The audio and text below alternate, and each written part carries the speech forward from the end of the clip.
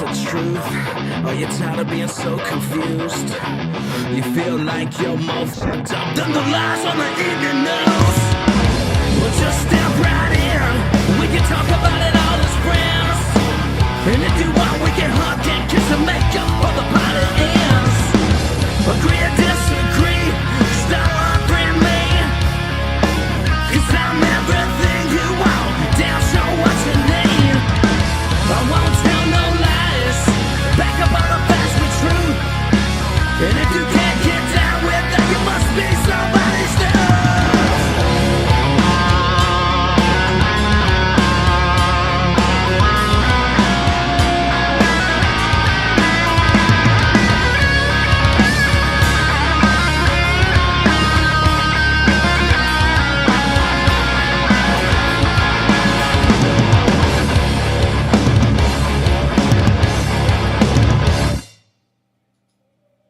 What's up, everybody? It's Ryan Weaver. I am on the Don't Unfriend Me show, otherwise known as The Dumb Show, with host Matt Spear.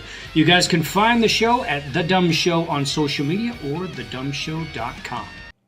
What is going on, everybody? Welcome to the Don't Unfriend Me show. We are sorry we are late. We're going to blame this one on Leroy. Leroy's fault. Completely Leroy's fault. He wasn't on time.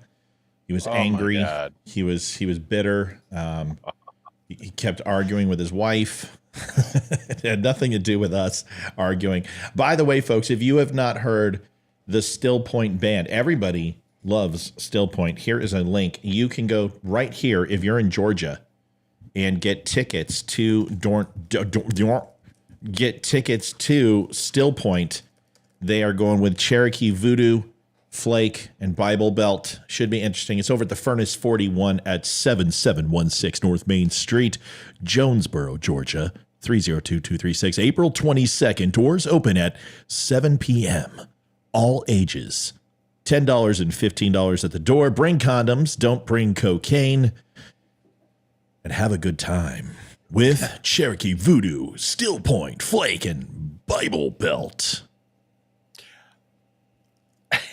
You know, my very Full Decibel Entertainment presents Still Point. Go ahead.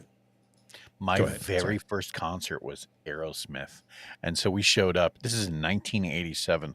I show up at this arena in Ohio. It's called the Richfield Coliseum. We show up there and find our seats, make our way down there. Completely unaware. All I knew is that they had just had an awesome record that just came out, and I knew of some of their older hits. And as we sat down, man, the stink of weed was so strong. Of course. That was the first time I'd ever smelled it. I smoked my first joint at Def Leppard, and it wasn't even a joint; it was a bowl. Yeah, I was 13, so my brother was a pothead, still is, I'm sure. And I don't know. I don't talk to him, but I smoked my first bowl with my dad in a national park. Yeah. And see, this is what held up my clearance. Wow. So I really, actually Olivia? had to go. Yes, really. Yeah. I was 21 and my dad came to visit and I had no idea he even smoked pot. He's just like, "Hey, want to smoke a joint?" I'm like, "Okay." So Sure. I smoked a pot with my dad. So yeah, like that's what held up my clearance, is because one of my roommates, freaking, they're like, my recruiter, he's like, "You ever smoke weed?" And I'm like, "Yeah. One time, twice, maybe three times. I don't know." And he's like, "You have to lie." I'm like, "I have to lie?" Oh, okay. And he's like, "Don't worry. Everything's fine. Nobody will ever know." And I'm like, "I'm going for an intelligence specialist. You think they might find out?" And my roommate that was with me narked me off that I was with my brother and I smoked weed. I was with my brother. I mean, he's like, "Hey, you want to smoke a joint?" I'm like, "I don't know." Sure. Oh, yeah. Of course, that's just my brother. It's your brother. He's, an idiot. So I had to get a polygraph, and I ran a comic book store called A Plus Comics in Colorado when I was, 18, 19. I got in and went in and started running a comic book store. And this guy, I worked for free, and I would sell my comics inside the store and give him 20%. But I mean, I had $300,000-$400,000 worth of comics because I was smart and bought up comics from stores that were closing and traded. And I had a lot of money in comics at that age. So anyway, he never paid me. So one day I went in and I took all my comics back, and I took what he owed me out of comics that I had purchased at a trade, and I left. And I left him a receipt and said, "This is what you owe me. I sent you several requests to pay me what you owe me. You never did. So I'm taking it out in stock." And he called the police, and the police came to my door and said, "Mr. Spear," I said, "Yeah." He's like, "You work at A Plus Comics, blah, blah, blah." "Yes, sir." He's like, "Did you take some comics out of the store?" I said, "Yeah." And here's my receipts for every single one of them, and date and time purchase and everything else. And he's like, "Okay, we're gonna do a quick inventory. Do you mind? Do I need to get a warrant?" I said, "No, you don't need to get a warrant. Go ahead." And went through, looked through 12 long boxes full of comics and said, "Okay, everything's on the up. Have a nice day." And that was it. Well, of course, they told the DOD, that I was going to blow the place up and I was a terrorist and all this other shit. Whoa, so I had to take a polygraph. It's very different. Well, of course they did, because they knew I was getting my clearance. These aren't stupid people, right? I mean, they're just vindictive. So, of course, DOD's in there. I do my clearance and I'm like, I don't need a thumbtack. I just tell the complete truth. And the guy's like, "Well, either you have no soul, or you are one of the calmest individuals I've ever seen. Take a polygraph." And I said, "Okay, great." And he's like, "I'm not supposed to say this. I just wanted to let you know. I'm not." It's kind of like a nurse who does X-rays. Yeah. "I'm not supposed to tell you what I find, but yeah, you can go back. These results should be back in the next 4 minutes." So that was pretty much it. So my clearance was lifted back, but I didn't lie. I mean, now the marijuana thing, that had to get an exception. And he's like, "Why did you lie?" I said, "My recruiter told me to lie." And he's like, "Do you think it's okay to lie?" And I said, "In some cases, I'm sure it is, but in this case, it wasn't. But I followed the advice of my recruiter." So I called up my recruiter and I said, IS1, he was a BB stacker. And I said, or not IS1, I said AO1, who was on a recruiting gig. And I called him up from Nemitzi. And I said, "Petty officer, first class, blah, blah, blah." And he goes, "Yeah." And I said, "This is Matt Spear. You remember me?" And he's like, "Oh, absolutely, Matt. How you doing?" I said, "I'm fine. Listen, they're going to hold up my clearance because you told me to tell them that I didn't smoke weed. And, I would appreciate it if you would write a letter stating that you said so I can get my clearance." And he's like, "Oh, Matt, I don't think I ever said that." And I said, "Okay, Whoa. You know what? I really don't have the time. So I'm just going to be really transparent. Either I tell him that you fucked that 17-year-old too that you were trying to recruit in the middle of the station when I was there on TDY, or you write my fucking letter and you decide what you want to do." Well, Matt, I don't know if I remember it quite like that, but I'll tell you what, I'm going to do you a solid. I'm going to go ahead and write you a letter and make sure. And then, of course, I got the letter and everything was fine. And it wasn't blackmail because the guy did it. He lied. Well, I guess it was blackmail, but I really don't give a shit. Anyway, great story. Let's talk about felonies in the military. So I'm sure they can do a retro captain's mask. I'm sure, right? Yeah, not so much. Not so much. There's nothing to hold over you at this point. Well, either way, it's good to have you here, Leroy. Thank you. Let's go. It wasn't bold, Christine. The guy was a scum. First of all, he's a recruiter, right? And it's my word against his.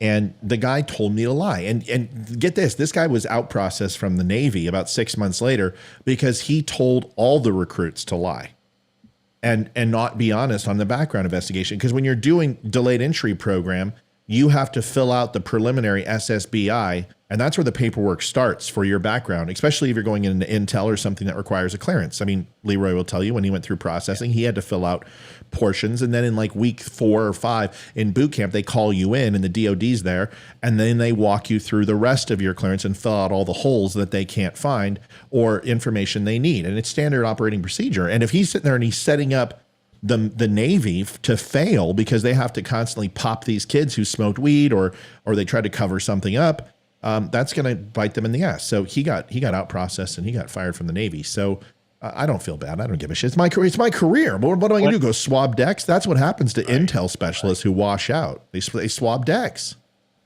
Right. Screw that. I mean, because you're not able to do anything else at that point. It's funny. I had a recruiter who was 1,001% just convinced that I was legitimately, and this is back when the military asked you, they cared.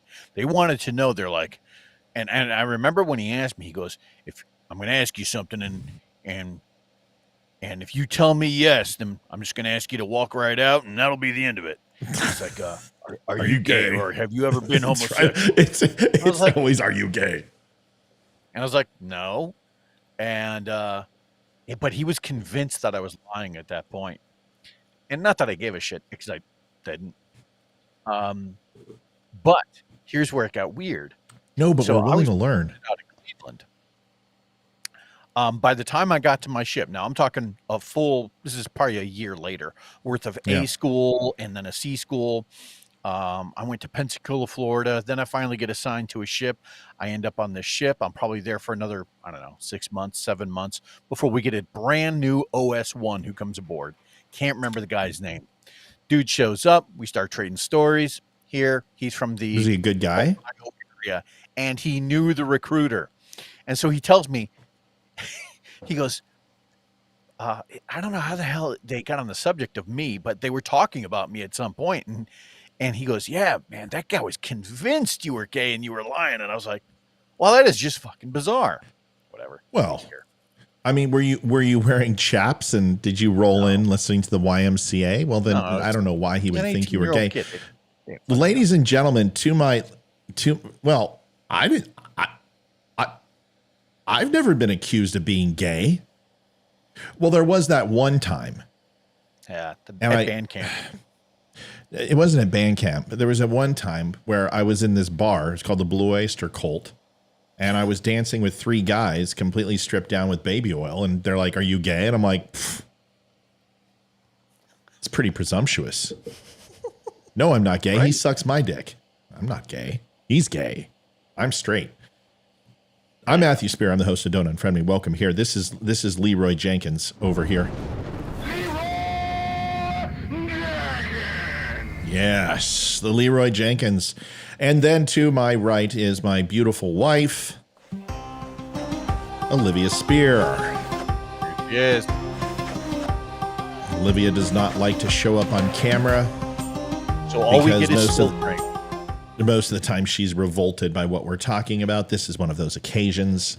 She's holding her bile duct in. Why would I be grossed out by this? Well, I just told you that your husband danced with 3 guys with baby oil. Well, that's nothing new. I am Jack's raging bile duct. I am Jack's raging bile duct. All right, we've got a lot to do tonight. We got a whole bunch to cover. So much to talk about. So, did we get some comments, some user comments? I saw somebody that said that Trump's my daddy. But see, yeah, I saw that too. Congratulations on bringing up Trump. You're going to have to reset your clock now. You're now at 0 days for mentioning Donald Trump for absolutely no reason. So congratulations on your safety clock getting revamped. But if Donald Trump was my daddy, I wouldn't be doing this show talking to you dipshits. And we'd be worth about 150 mil. At the very least. At the very least. At the very least. So thanks a lot, man, for if he was my daddy. And he's not. And if Donald Trump is my daddy, then Joe Biden's your daddy. And honestly, I would much rather have Donald Trump as my daddy than Joe Biden. So I'm just saying. Bought by Russia, bought by China. Yeah, I don't know. Way hotter at that point. Well, that's my mom. That's right. Maybe, I mean, Jill Biden or Melania. I mean, I think I'm going to take Melania. Right. I think I'll take Melania over just about any first lady. Definitely over Jackie O because she's a little green behind the ears. Literally. But necrophilia is a dying art, so you never know. Moving on, folks. Welcome to the Don't Unfriend Me Show. What do we do here? Well, we talk about politics. We talk about obviously disgusting things like gay sex, marijuana, and sleeping with corpses. Just an everyday thing. Did everyone see Madonna's new facial reconstructive surgery? No. Speaking of sleeping with corpses, did anybody see Madonna's new photos of her her new surgery? No. Is it hideous? It's not getting any better. I'll tell you that. It basically looks like. I've got it. Pull up the image. Type in Mask, the movie Mask. Not you gotcha, mister. Not that Mask, but the old Mask with Eric Stoltz and Cher. Pull up that, and I've got the new picture, and send it to me, please, through AirDrop, and I'll show you what I'm talking about here. Oh wait. Are you serious? Are you kidding me, Mike Blankman? Is that why my numbers dropped Tim Poole changed his fucking show to 8 o'clock. Are You know you what? serious? Listen here, Poole. That rat. You son of a bitch. I can't believe this. Pardon my French. Are you kidding me? You were at 8:30. I got off your hour, and then my numbers go up to 200-300, and then you get threatened by that, and you go ahead and do 8 o'clock. There's no other reason you haven't changed your show in years. Come on, Poole. I know you watch Which my one's show. Tim Poole? Oh, he's in West Virginia. And Is that the dude who was at the January 6th? He's got the black beanie on all no, the he has a time. beanie. He's a smart guy. He's an amazing guy. I like Tim Very Poole, but smart. fuck you, Tim. I love him, but fuck him. You don't need my audience. Oh, you impetuous little dirtbag. We're gonna have to go to war. I'm not happy right now. By the way, here's the new Madonna facial reconstructive surgery. It's looking. Oh, she's way better than she was in the 80s. Yeah. I mean, talk about like a virgin. This feel is going to make sure that stays true. This is what she looks like now. I'm not kidding, Olivia. Here's the picture. And listen, I don't mean to make fun of Madonna's looks, but Madonna brought it up first. Let's see. I'll get a real picture. I don't want to insult Eric Stoltz like that. Oh my gosh. Oh, how do I put this up? Oh. Okay, here it is. Oh, my. Just don't drink my blood and turn me and call me Lestat or Louis. What happened to Madonna?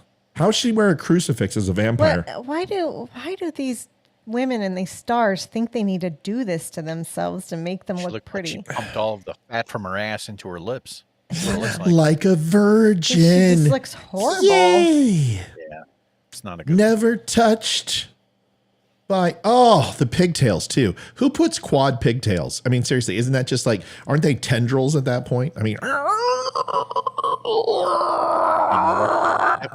It reminds me of that Bill Burr joke where he talks about why people get plastic surgery. He's like, why would you do that? You're still trying to look fuckable when you're 70, and it's not going to happen, you know? You got to look at someone like that and realize they haven't worked out all the kinks. There's some good looking women who are that age. I mean, seriously. No. I mean, seriously. How old is she? Madonna, she's got at least 104 in vampire years or human. So She's 64. 64. She looks rode hard and put away wet.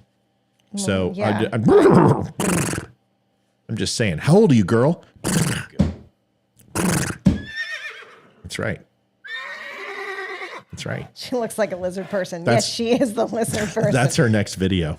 I heard a horse is going to be in it. All right. So Tim Poole, man, seriously, you changed your show to 8 o'clock. That's it. I'm going to write him. And I know he got feedback. Hey, there's this uppity guy in Virginia who's taking your market share.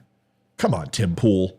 You are worth more than me. You've got like your own compound and property. I mean, I work out of my office. I'm no threat to you. You know, if anything, to compare the two shows, really, when you're talking about two former Navy intelligence professionals versus a guy. Who? Just a guy. Well, he's just a dude. He is a dude, but the guy's good. I mean, he's not stupid. He He's is very good. smart. He's very smart. Very. Tim Poole is extremely smart. I like Tim Poole. I don't like that he has no emotion. That's why I can't watch him, because he's just so freaking just bland and meh all the time. You know, like when Kanye walked out. Are you walking out, Kanye? All right, I guess Kanye's walking out. I'm just like, dude, I'd be like, are you walking out, you pussy? What the fuck's wrong with you? Sit down. You're worth millions. What? Well, you used to be until they took your money. Who took your money, Kanye? Kim Who was Kardashian. it? No, it was the Jewish people, is what he says, the Jewish lawyers. Listen, No, it was the Kardashians when he divorced her. They cleaned it out. that's not what happened. So they seized. Okay, I'm not going to get into Kanye. The point is, Tim Poole doesn't need my audience. But okay, you want to play that game? I'll start at 7:30. Hell, we will literally go all the way around the clock until we get back. I'll start at 3 a.m. You want to play this game? We'll play this game. All right. Have you been following the news, Leroy? I have.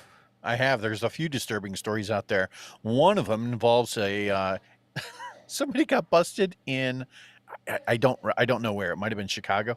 One of the more interesting stories that I had seen today was that somebody reported an AK-47 in the back of a car. Police show up, smash the windows, try and figure out what the hell is happening, right? Turns out it wasn't an AK-47. It was a bong.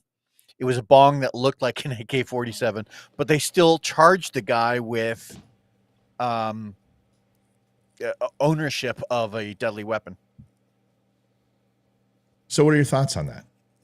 Well, it's just crazy. Again, that was just one of the more interesting stories of everything that's happened today. I saw the placard when you send those out about Biden and Oh, there's so much. Well, let's do this. Phone number 571-329-7576. Olivia's going to be here. If you want to text a question, text it. Instead of asking something in chat, throw it out here. Let me know, and we will get you on. You can also call into the show if you want to, which is always fantastic. We love that. Ethan, we're having a show here, buddy. Lower your voice. And we're trying to get everybody to call in if you want to. Thanks, buddy. Sorry. Love you. Say goodnight. Bye. Why are you Bye. What were you doing? No, I just took my shower. Oh, you forgot to dry out. Get out of here. He doesn't understand what a towel is. She's used seriously, for. dude, a towel. It's no, leave. No, leave. No, leave. Love you, buddy. See you, buddy. Leave. Is John Dude, Fetterman one of this the is scary preemptive stories? I haven't seen anything about John Fetterman. John Fetterman is one of the scary stories. Well, that's John Fetterman. We're not going to talk about Fetterman. All right, so here's the deal. There is a whole bunch going on, and we feel that it's important to bring it to you firsthand. So let's go ahead and start with, I guess we could call it the 800-pound gorilla in the room. Has everyone seen Marjorie Taylor Greene today? No. Does anyone know what happened besides me? No, I missed that No. one. Come on, people. All right, Marjorie Taylor Greene did what she always does. And I'll be honest with you, I'm a little bit sick of her. And I can only be transparent as I can. The woman constantly, Thank you, Secretary. just doesn't understand the proper way to communicate with people. And she comes off as a bully. Now, somebody's like, oh, well, she needs to, because the things that are going on are atrocious. Yeah. They are. Okay, I get it. But if you want to get things done, you do have to follow a set of rules, because isn't that what we said about the Tennessee Three, right? That the Tennessee Three should have decorum while they're in legislation and stuff. Well, she called Mayorkas a liar today. She asked him a question, and she's like, well, when is this going to be taken care of? This is obviously drugs are coming over. People are spilling in, blah, blah, blah, blah, and which is all true. And we all know this. But it's not going to win over American people. It makes Republicans and her look stupid. It makes them look crazy. Makes When her she look like a can't, bully. MTG rocks? What? Why does she rock? She just got censured. How does that rock? That we don't get the word out. You want to know what rocks? I'll show you what rocks. This rocks, because this is the way to do it. And I'm not biased because he's a SEAL. I'm not biased because he's been on the show, maybe a little. But this is how you do it. Merry Christmas. Mayorkas, for appearing before our committee. I know it's been a tough day for you, Hey, Eli. and I think that's for good reason. I want to start my comments with looking at the causation of this crisis at our southern border. You know, it wasn't more than a couple years ago during the Democratic primary that your boss, now President Biden, said during a debate, we're a nation that says, you want to flee, you're fleeing oppression, you should come. Everybody with a brain saw this coming, sir. We all saw this coming. We saw this president, during his race, roll out the red carpet. We knew what it was going to cause. Everybody shouted it from the rooftops, and now it's here. And you all want to act like it's something else. You all want to act like you didn't invite this, and you most certainly did. Sir, you said in your opening statements that you're attacking cartels and smugglers in an unequivocal way. You most certainly are not, sir. As a matter of fact, if they were in this room right now, the heads of these cartels, you know what they'd tell us? They'd say, hey, re-elect these guys again. And by all means, keep that guy right in his seat, because he's our MVP. He's making it so easy for us to smuggle drugs, smuggle people, get gangs into this country. This is how you make a case. You don't sit there and go, liar, liar, pants on fire. You show America that he is a liar. You use examples. You use causation. You do your best. Now, Leroy is not the best public speaker. Leroy, excuse me. Eli Crane is not the best public speaker in the world. I'm going to tell you. But he's a hard charger. He's a SEAL. The guy's a warrior. And he's learning how to communicate effectively. So he stumbles over his words once in a while. And who gives a shit? Because you know it's from the heart. Marjorie Taylor Greene is not that. She maligns herself with insanity and stupidity. Okay? And this is the example that I tried to give you of why all those candidates lost. The 17 in the swing areas, in the actual toss-up states, in the toss-up districts that Donald Trump endorsed, who were espousing stolen election and January 6th support, they all lost. Eli Crane is one of the only ones that did, and it was in a toss-up. And it was, in fact, a very heavily favored Rhino seat. And Eli won. Yeah. Because Eli understands that that's not what it takes to get elected, that he can go ahead and fight border security by getting on a committee. Marjorie Taylor Greene is on the committee. They fought for this position, and she's about ready to be kicked off because the same thing that we asked for the Tennessee 3 was decorum. Remember? Decorum. To not shout down other members, to not go ahead and associate and slander people, whether it's true or not. You can prove it with fact like Eli does. She's about ready to get kicked off. And it's just as bad as the Tennessee 3 and what they did, which I'm going to show you something else. And if you're like, well, Matt, you're on Marjorie Taylor Greene. I don't like that. Well, I don't really care. Okay? Because I'm not the one on top of her. That would be the former president of the United States. No, I'm kidding. Can I throw something out there real quick? Yeah, throw it out and then we're going to press play. So as we're talking about our elected officials, right, there are basically two avenues that the American public is seeing right now. There are people who are trying to string together intelligible conversations and have a rational debate where they point out, the errors that have been made so far. And then there are those lightning in a bottle, soundbite type moments where when Joe Biden gives his State of the Union, right, Marjorie Taylor Greene can say nothing more than liar. And all of a sudden, that's all that Fox reported on for the next day and most other conservative networks for the next week. And so we have to realize that which is better? Which is better to have in terms of the two sides hashing it out? Is it better to just have those quick, 1 second sound bites? Or is it better to go through the rationale and actually get to the heart of the issues? And that's what Eli is doing here. I think it's great. People don't understand politics. You guys, do you know how exhausting this is to constantly have to explain stuff to you like this? And maybe nobody else will because they want their viewership to stay up. Do you understand that this isn't winning votes? Do you understand that this isn't selling the Republican platform? That when Marjorie Taylor Greene goes on and posts links to 2,000 mules and says this is a reputable, credible situation that took place where there were stolen votes, that she still says that Dominion went ahead and changed votes. Folks, do you understand that this is a losing cause? She can be pissed off if she wants to. I don't care. What you don't do is get kicked off of the committee that we literally stood in session for 3.5 days and held the fleet to the fire to the Democrats' feet. And getting people like Eli Crane on here who would fight for DHS, who would fight for the border, who would fight for voter ID and all the things that we're looking for.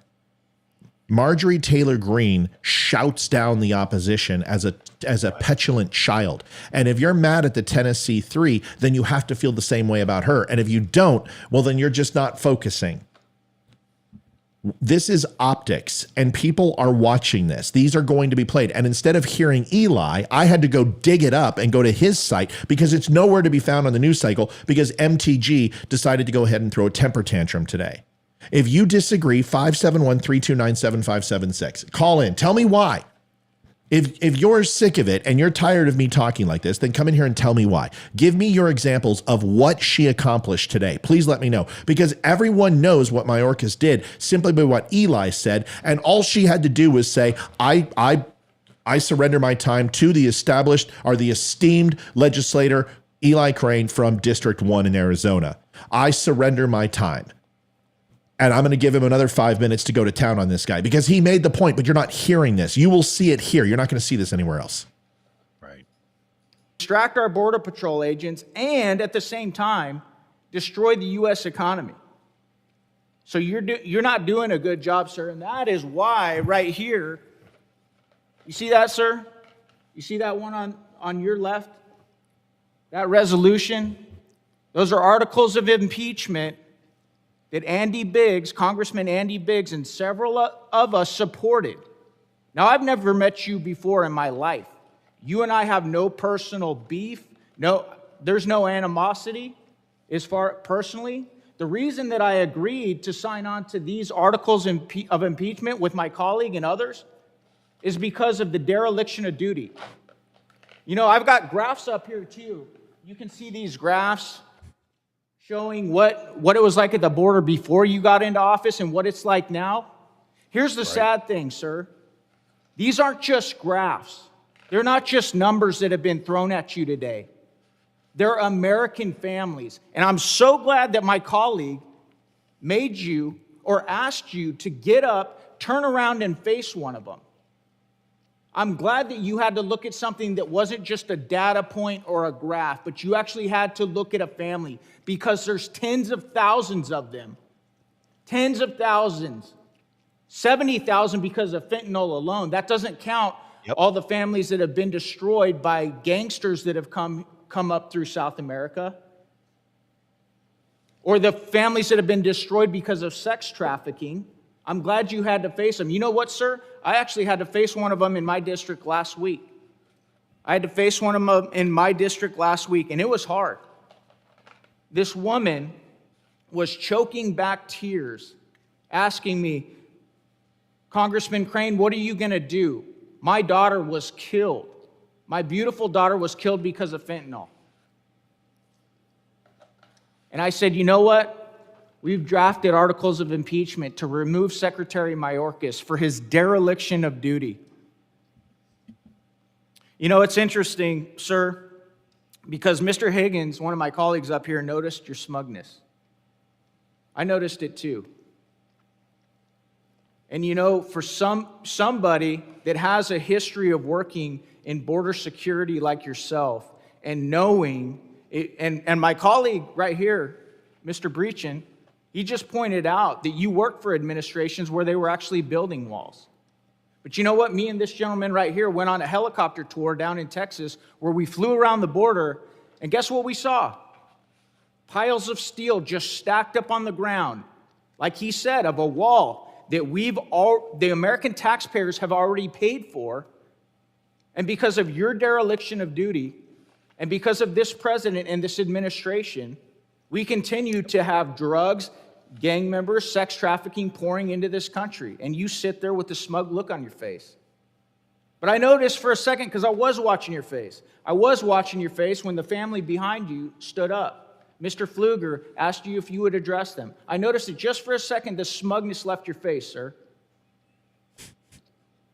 And I'm glad that you had to feel uncomfortable today. And that's not because I don't have any humanity at all. I look at your story. I look that you immigrated here from Cuba. And you know what? I think that's great. I really do, sir. And you might not think that in this exchange right here. I think that it's a great thing that America has so many amazing immigrants here. And this side of the aisle, we're not hung up about immigration. We're not hung up about legal immigration. What we're hung up about is how you all, day one in office, came in and changed policies and started getting rid of infrastructure that was keeping our states, our counties, and our cities safe.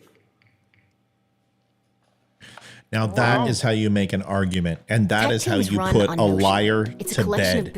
So all, images, tables, and databases. Larry has been here since the beginning, and Larry is a longtime viewer. Larry says, shout them down, scream them down, smash them with your words, and yell at them, and be obnoxious. How's that worked out for you, Larry, against me? Doesn't. It doesn't. I like how he called him sir the whole time. Yep. That is what is known absolutely. as undressing. That is what is known as undressing somebody in spades. And he used military terminology. You know what he wanted to say?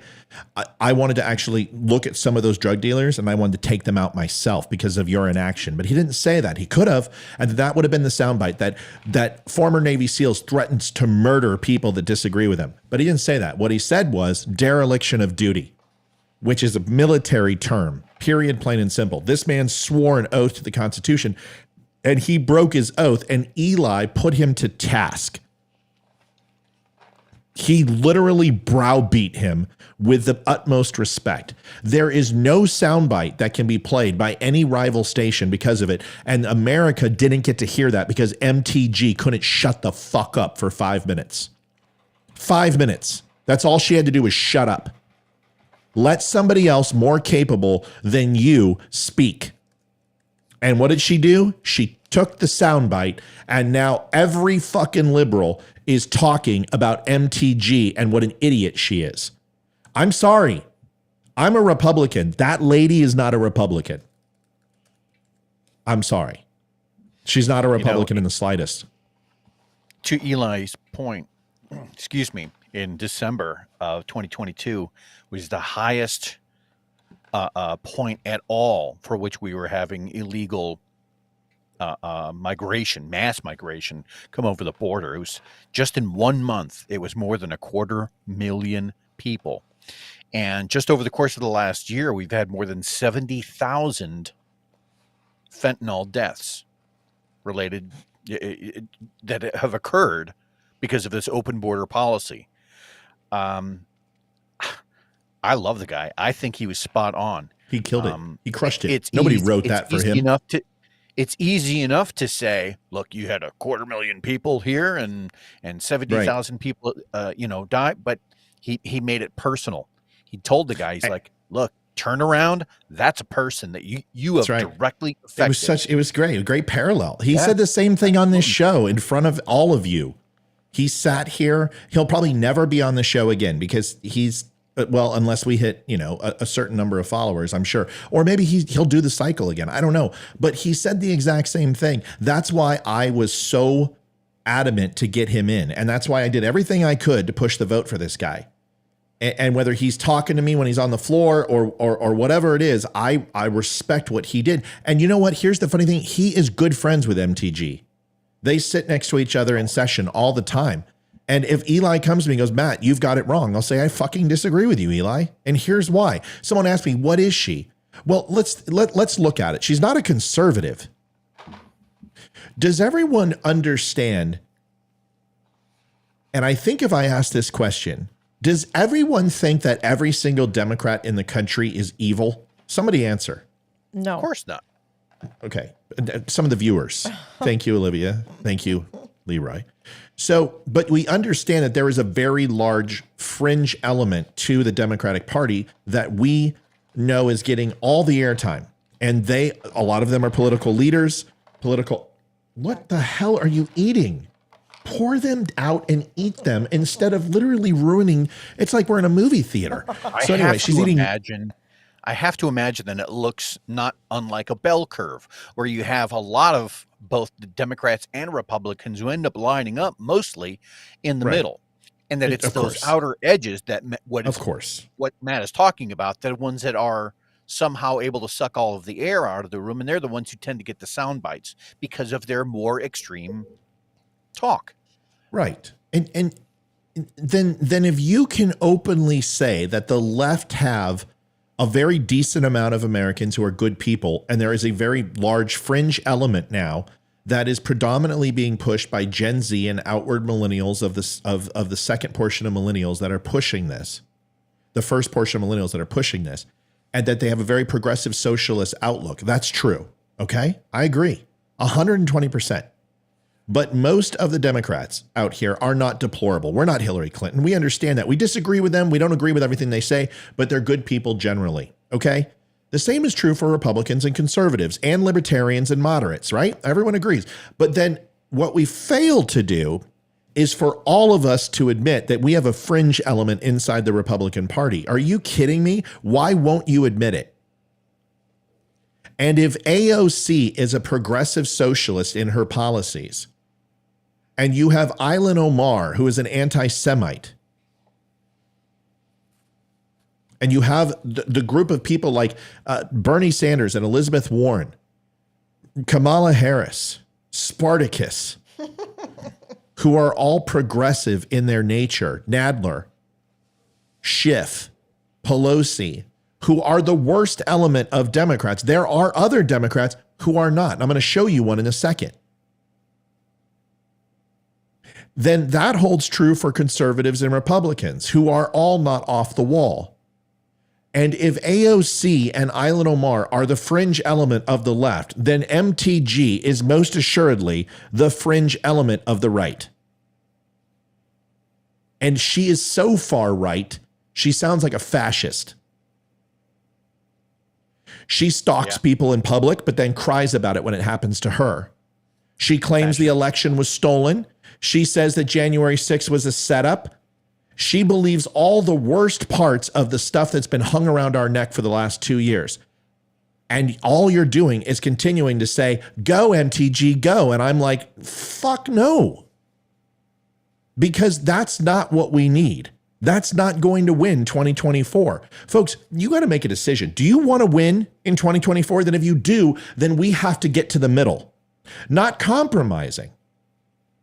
But we need to separate ourselves from this fringe right, the alt-right. These people are nuts. I'm sorry. You don't have to like it. I've been fighting them for 2 years on the stolen election. And guess what? I'm still right. I'm right. There's something great about being right, because guess what? I never have to apologize for being wrong, because everything I've said for the last 2.5 years, all of it's been bullshit. And Fox News paid $785 million to ensure that it went away. Go ahead, Leroy. What I was going to say was,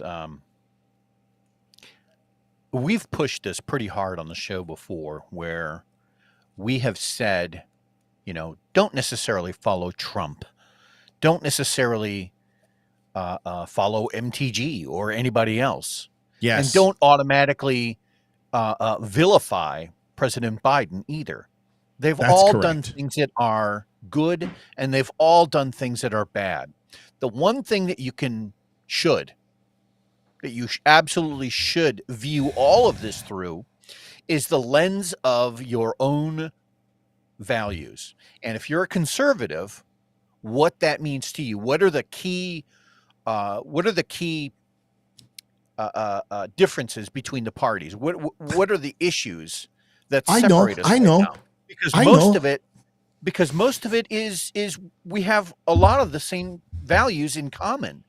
It's just that when we're talking about things like abortion or gun control, things like that, it's those hot button issues. That's where people tend to get hung up. Okay, I want to be clear. I don't agree with what Leroy said. I think Biden is a piece of shit. Okay, I'm sorry. And I'm not going to sit here and say that we need to accept Joe Biden. Joe Biden is an idiot. Okay, I listened to what he is saying. He just said ban AR-15s. That was just on his page. Okay, fuck him. If you hold near and dear to you that you like to be able to, anyway. Listen to me. You're not listening, and I don't care if you leave, because if you leave, you're a myopic thinker and you deserve to be ignorant the rest of your life. What Leroy is trying to say is you don't hate immediately just because somebody is the way they are. You have to have fact. You have to be able to back it up. And saying, I don't like Joe Biden isn't fact. You can talk about how the entire Afghanistan situation was a complete surrender of American power and American respect. You can talk about the border failures. You can talk about inflation. You can talk about printing money. You can talk about how we've changed our entire policy, been a free market capitalist society, and then literally being neutered by the Green New Deal. You can talk about all of those things, but you better be able to talk about them, because simply saying, you're a liar, shut up, doesn't work. Not helping.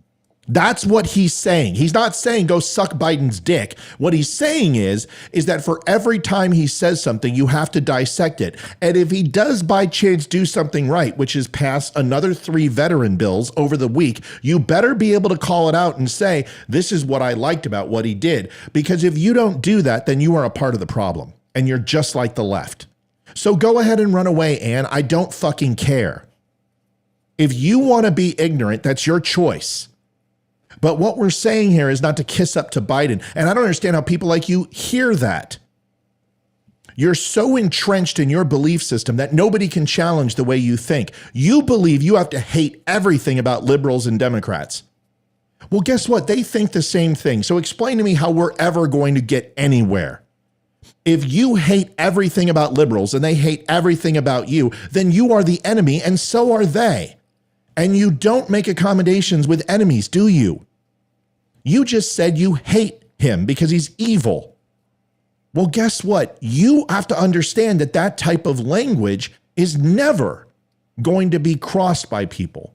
If you start changing people's minds with your language and everyone thinks that every Democrat is evil, even though I just proved that they're not, then you're part of the problem.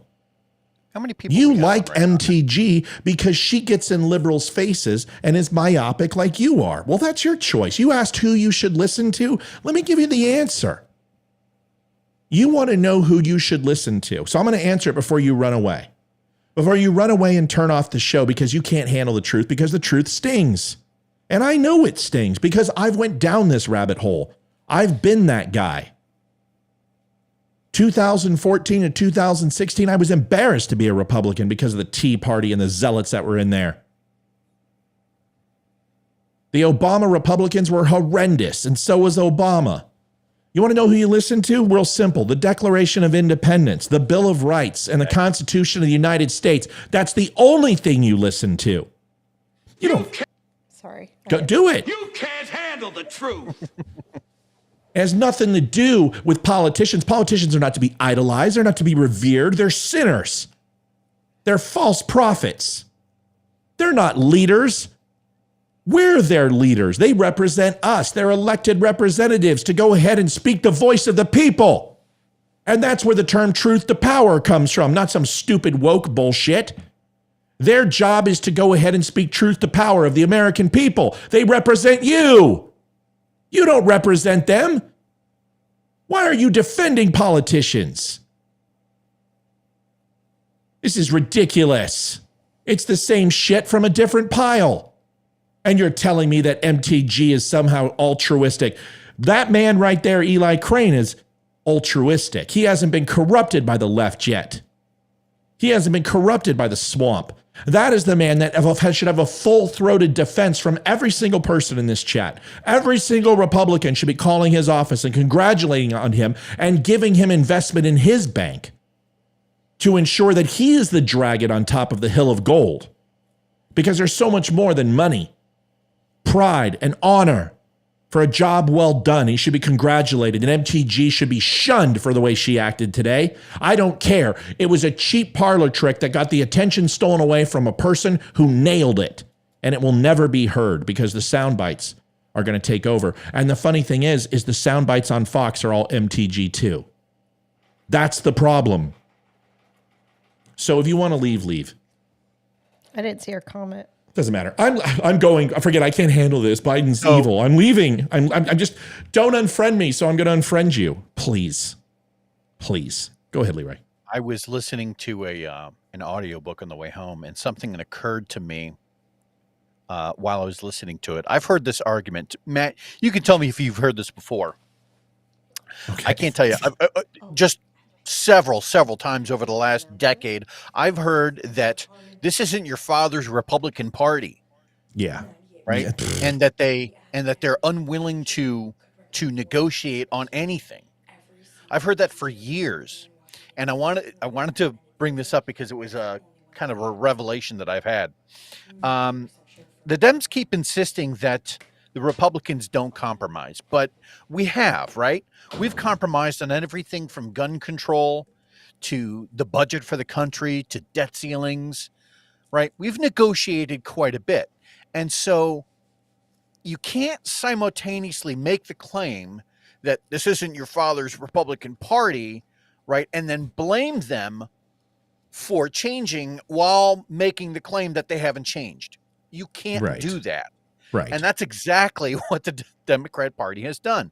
It's not that the Republican Party has drifted too far to the right, folks. It's what we're seeing now is a steady incline. Every time the Republicans do compromise, it's a steady, very slow step process to the left. And I think at some point we need to remember what those values were that made the Republican Party as great as it was. Sorry, go ahead. There is a very good point, man. It speaks to what I'm trying to say. This has nothing to, you should not be aligning yourself with politicians. They're not to be idolized. They work for you. Exactly. And what you're doing is you're fraternizing with the help. That is the truth. Politicians were sent to Washington, D.C. in respective areas in Philadelphia when it was required, not for months at a time, but for days and weekends at the time. They were sent for things like expanding tobacco farm properties or challenging taxes or using writs or redistricting based upon townships and municipalities. They would fight for things that were important to them, like irrigation or settle disputes amongst farmland. They would help with zoning and geography disputes that they would have with fellow farmers. They would get approval to send out product outside the United States with a certain tariff or revenue that would be assigned to it, and they would fight those numbers. And when they were done, they would come home and be farmers. What you have from politicians today are people who are going there to be a part of the virus, to siphon the swamp. To get rich? To get rich. Yeah. Honestly, I think that's the only reason people go into politics now. Not Eli doesn't. No, not everyone, but I think the majority of people go into politics because they see all these lifers coming out filthy rich millionaires. I mean, who wouldn't want to get rich? That's a hard argument to fight against when you have someone, and I'm not picking on her, maybe a little bit, but you have someone like Pelosi who goes into politics with some set of money, right? And then a career later, now she's worth what, 40 million, something like that. Yeah. Same with the Obamas. So same with the Obamas, same with the Clintons, and listen, the Bushes made money too. Okay, Patty Lunsford has something to say. Obviously, fairly liberal in her speech, but let's find out. She says, "How is compromising going for women's rights? Women's rights are fantastic. Women's rights are exactly the same rights that they've been for your entire time alive. Please tell me what rights you lost. Name a right that you've lost. Please educate me and tell me what right you've lost." I would be willing to bet that is someone who is wanting to have the abortion debate. No. But see, you can't answer for her. Let her do it herself. That's what I know what she was going to say. So let's find it. Let's let her say it. The next one is, or LGBTQ rights. What rights have LGBTQ people lost? Please tell me what right. Are you talking about special rights? Is that what you mean? What rights do LGBTQ people not have? I notice how you forgot the plus IA 2LS in the front of it. What are you? Do you have a certain problem with certain people who aren't like you? What are you, racist, sexist, homophobic, transphobic? Which one is it? You see how that works? You forgot to go ahead and put some letters on there. So you're alienating your people. What's wrong with you? How dare you? You should know better. I'm kidding. Our teachers' rights. What rights have teachers lost? You deserve to have your rights taken away, at least from this, your rights to a paycheck, your rights to a steady job, your rights to tenure, your rights to 3 months off a year, your rights to try to sexualize our children. You're not the fucking parent, lady. You teachers would be fired in any other industry because you are failing miserably with a C- average, and you have lowered the ranking of the United States of America in every single STEM category for the last 60 years. Not only is public school a failure, but teachers are a failure, and I'm tired of us kissing their ass just because they're our moms and our sisters and our aunts and our dads and our brothers. I don't care anymore. Teachers are a complete epidemic because they won't stand up to the school unions, and they're kowtowed because they will not focus on what's the most important thing, which is teaching our kids the way to learn, not what to think. So when you talk about teachers' rights, I don't know what the fuck you're talking about. Can I say something about that? Yeah, I'm going to keep going though. No. So I just found out that Albuquerque Public Schools next year have shortened all breaks: spring break, Christmas break, Thanksgiving break, and the first day of school is earlier, the last day of school is later, and they're doing more days of school, and they're making the actual school day longer next year because Albuquerque is last in the nation for education. Well, of course they are. Them in West Virginia. Instead of doing their job in the allotted time, which should be, they are having to make the kids go to school longer and for more days because they can't get their shit together. Olivia Spear, everybody. I told her to push the button. And Antoinette Brewster's got a really No, you can't read anything. No, you can't read something until we're finished with this one. Sorry, I'm not done. Okay. Right. Don't cross the streams, man. Don't cross the streams, bro. We're going to lock up here because you crossed the streams. Seriously, we're going to lock up because of you. Knock it off. Oh, I need a lightsaber sound. The GOP has now become, wait a second.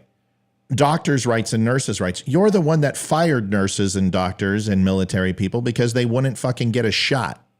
How much of a hypocrite are you? It was okay for 2 years for them to wear masks, or a year and wear masks and put their lives on the line. And then you hypocritical pricks decided to fire them because they wouldn't fall in line with the vaccine when they had already been exposed to it more times than just the people in Chernobyl.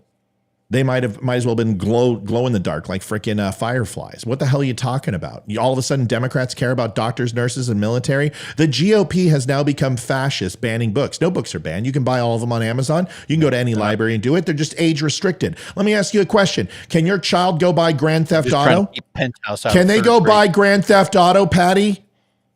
Can your 13-year-old or 12-year-old or 10-year-old go buy Grand Theft Auto and run over hookers and rape women in the back of cars? Can they do that? No. Why not? Well, because it's age restricted. Can they go ahead and just get themselves a fifth of vodka and decide to plow that down? No. Why? Because it's illegal? Can they buy cigarettes? Can they go look at porn on Pornhub and go ahead and use your credit card? Well, have you read some of these books? Have you seen the gardener, the 37-year-old Hispanic immigrant gardener who fucked an 8-year-old boy, who he sucked him off and bricked in his mouth? Does that sound offensive to you? Well, guess what? It is offensive. And I just told you exactly what happened in the book.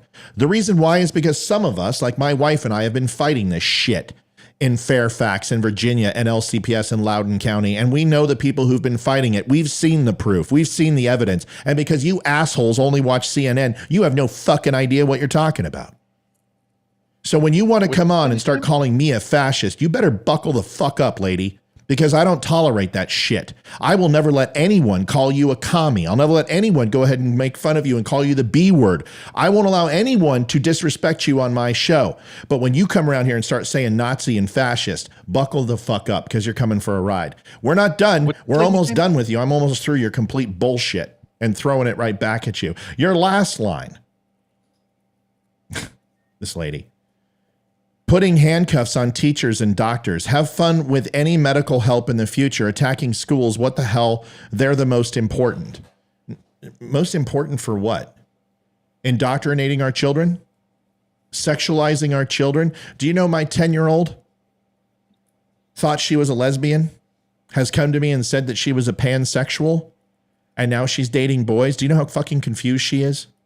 She's confused because you jerk-offs want to have conversations with children, with babies, and tell them that their whiteness is toxic, that them being men is toxic, that somehow they put black people in chains, that the 1619 Project is anything other than the Daughters of Confederacy and just as bad as the white supremacist KKK that created from it.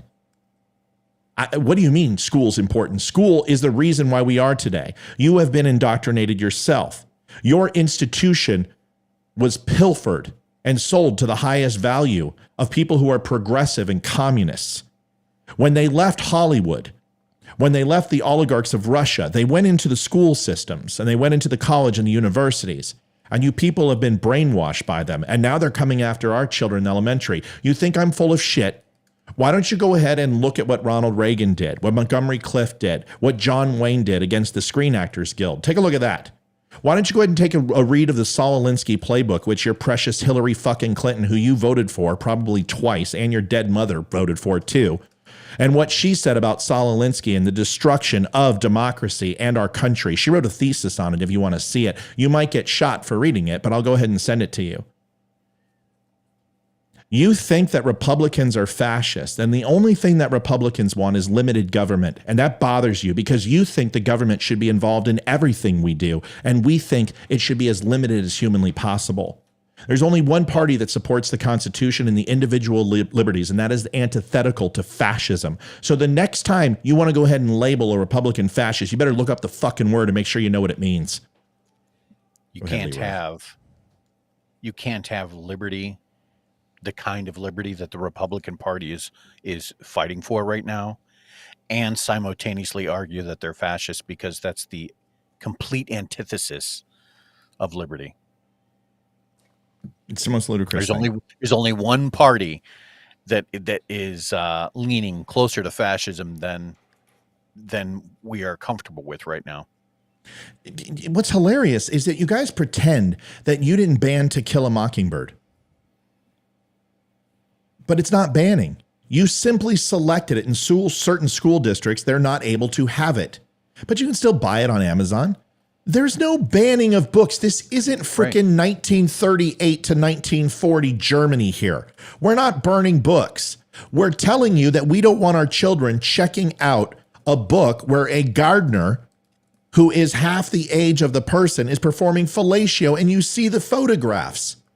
Right. We don't want to have two girls talk about sticking crayons in their anuses and having exploratory lesbian relationships. But guess what? We don't want to see books that have heterosexual sex in them either for our 10-year-old and 6-year-old. And it's just like the bullshit that you liberals did with the Don't Say Gay bill. It doesn't say the word gay, homosexual, lesbian anywhere in it. It simply says that you can't expose ages from one age to another and talk to them about sex. Because guess what, you sick fucks? It's not your job. It's her job. It's my job. Those are my children. I will have the birds and the bees. You take care of STEM. I'll take care of religion. I'll take care of sex. I'll take and make sure that they never become a fucking liberal. People wonder why I cuss on this show. How the hell do people have shows like this with a live audience and not cuss? That's what baffles me. Go ahead, Liv. You got something to say? It's better to burn out than fade away. Bam. Highlander. I did the devil horn. This is rock and roll. Highlander? Yeah. He's fired. Highlander, what? Highlander? That's what that's from. No, it's from Def Leppard, Rock of Ages. You provincial. I don't have any Def Leppard. I can't play Def Leppard. The scene with Clancy Brown in the church, he says that. Yes, and he's singing Def Leppard. All right. I don't know. Trust me. Leroy, this is one of Matt's favorite all-time movies. I think he's seen it at least 200 times. What? I mean, I'll start. Yes. Oh, yeah. Yes. And I know everything about it. He can quote the entire movie. Yeah. And I basically had to tell him to shut up when he was showing it to the kids because he wouldn't stop saying the lines. And I'm like, you're going to make him hate the movie because you won't be quiet. Same with Princess Bride. Yeah, it's at the end of a song, and it's by Def Leppard. It's better to burn out. It's in the beginning, then fade away. It's Rock of Ages, actually. I think is what it is. All right. So now that we've taken care of that lady.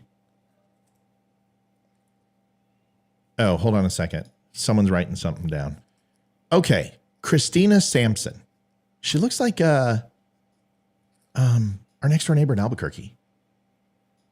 Jamie? No, not Jamie. The one who babysat Hayden. Casey. Yeah, she looks like Casey. Oh, holy cow. She does look like Casey. Let's make sure she's not crazy first. Okay. She says, every child is different. Talking about the birds and the bees is different because some kids are more mature than others. Therefore, it is a parent or guardian's responsibility. Oh, she's not crazy. Oh, we're not going to interrupt Christina.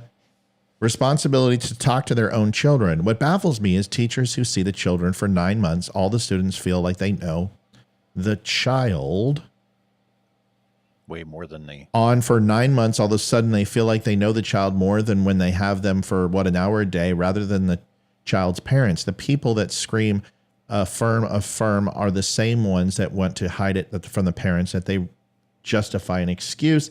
They're more focused on a child's identity of sexuality of, so that they're more focused on a child's identity and sexuality these days than they literally are worried about teaching and actual ensuring the kids' academic understanding. So very well put, Christina. I'm sorry I struggled with that so much. Is awesome.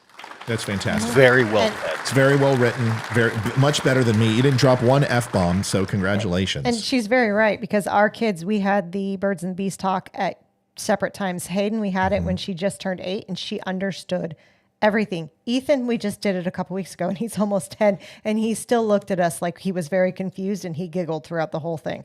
So it's like you have to do it at different times. Listen to what I'm saying. Okay. I just had my mother-in-law here, who I love her.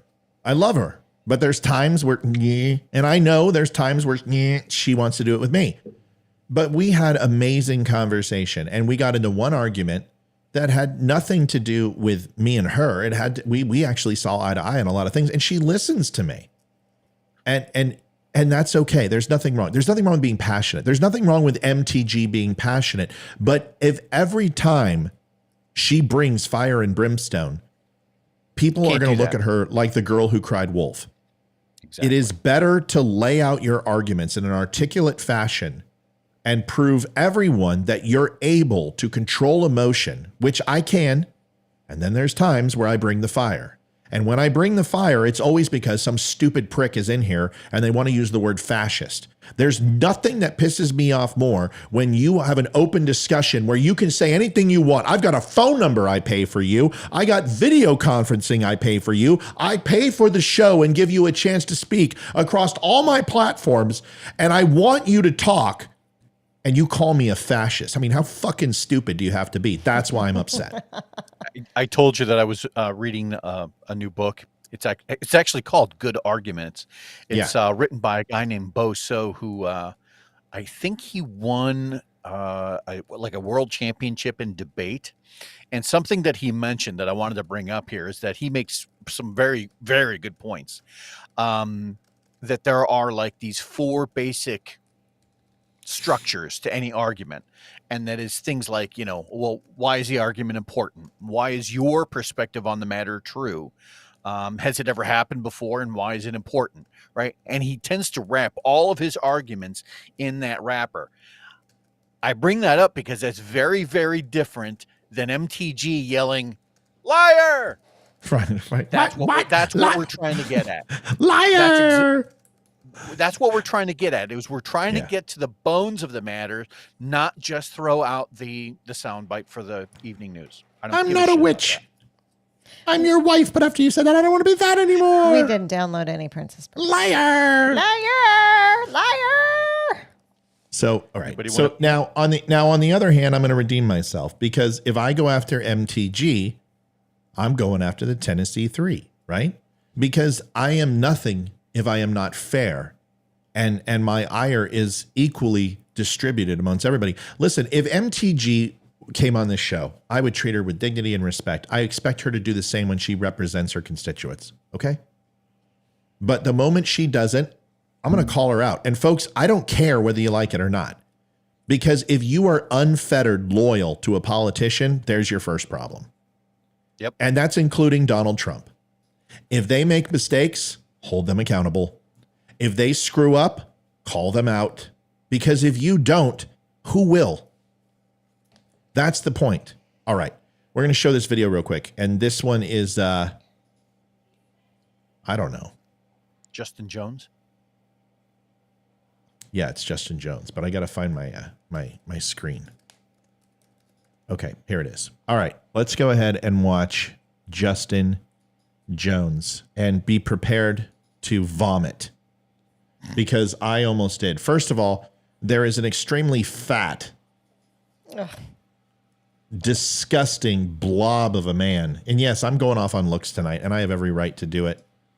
This man he has a cane. He's dressed in robes,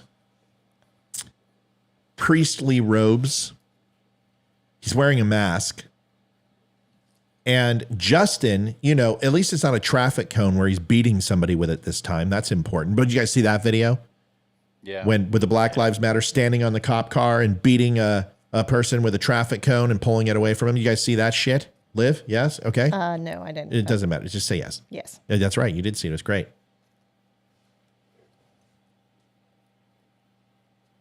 So I'm going to go ahead and talk about Mr. Pearson here. And if you're wondering, does he have a white chocolate keepsake to present the legislature? Is it possibly an ivory cask which holds sacred documents from the yesteryear? Could it possibly be the 1619 scrolls? What is it that he brings? Well, he brings a casket of a dead child. And that's what this guy decides to go ahead and bring, which is more vitriolic and abhorrent than MTG saying, liar! This man brings a fat Jabba the Hutt looking Barney and peddles horrendous visuals of babies in children's caskets. And that's what this is. This is a child's casket. This fucking guy needs to go down. What is the point of bringing that in? It's to get him in the paper. It's in him. He's trying to make a statement. Like, we all don't know. It's a symbolic action to protest gun violence. Right. Which has nothing to do with, this is the aftermath of gun violence, and this doesn't offer any solutions. And here's the thing. Being a child's casket, my first thought was abortion. He's a Democrat. Isn't he for abortion? I mean, that's a baby casket. So that's my first thought right there. That was going to be my argument. You got to push the button, Liv, so people know who you're talking. That's the thing that I was going to say is how many aborted fetuses can he fit in that casket? Right. If that's really what he wants to play. And here's the thing. You don't see Republicans do this repugnant shit. Okay, we may be fascists and Nazis, but you know what? What we're not going to do is traipse on the memory of dead children. And you know, you say we don't care. You guys are fucking incorrigible. The stuff you'll do, from red vagina hats to pretending to cut your uterus open and spraying cow's blood all over the White House steps. What the fuck is wrong with you people? Why can't you just make a non-emotional argument? I make plenty of them every single day. Why can't you just calm down and make an argument? But the moment that you come in and start saying baby killers and fascists and all this other bullshit, you're asking for it. And I've got no problem bringing the thunder. I'll do it to anybody. You want to have a rational conversation? Keep your petulant bullshit at home. And this is a perfect example. This guy needs to be thrown out. He should never, ever. If MTG should be taken off the Judiciary Committee, which is fine. If you guys think that, I'm fine with that. That's great. Give her warning. She does it again, she's gone. She already went ahead and shouted down Biden, and I gave her credit for that because Biden was lying and he was full of shit at that night. And honestly, the president deserves to hear a few catcalls. This is traipsing on the memories of the dead.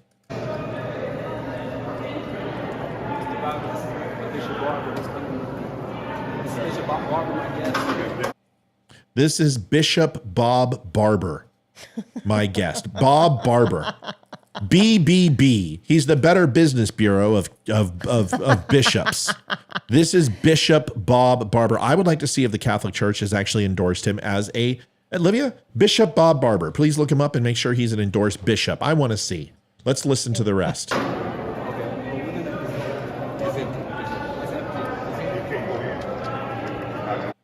He says the man checking, who looks like Otis Smith to the left in that brown suit, it's fantastic, and it looks like a Southern gentleman, says, "What is that?"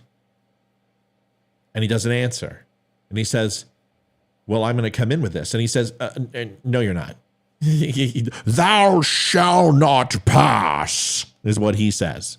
You're not coming across. Or I'm going to break out my oaken staff and get my wizard robes on like this fool does. And we're going to have a modern day gray wizard versus purple wizard fight. And you ain't getting across me. You can set it on the desk over there. I feel like John Boy doing a play-by-play on baseball, who I love. This is great. You can go set it on the desk over there if it's a little too heavy for your pansy-ass wrist. President, you show my piece of paper. Is that a constitutional rule? Now listen to the bishop all of a sudden decide to wax intellect. Do you have a constitutional rule? Yeah, I've got one. Go fuck yourself. That's the constitutional rule, Bishop. How do you think about that? A state rule? Do you have a state rule? Yeah, the state rule is I said no. And nobody gets on this floor without my permission. So you can go ahead and check your attitude and check the baby casket, and then you can go ahead and join session. But until then, we don't allow megaphones and loudmouth ponytailed fucking hippies on our floor. What do you think about that? I mean, what do you mean go from? I'm just bringing this to my desk. You know, you could at least go ahead and present yourself without lying.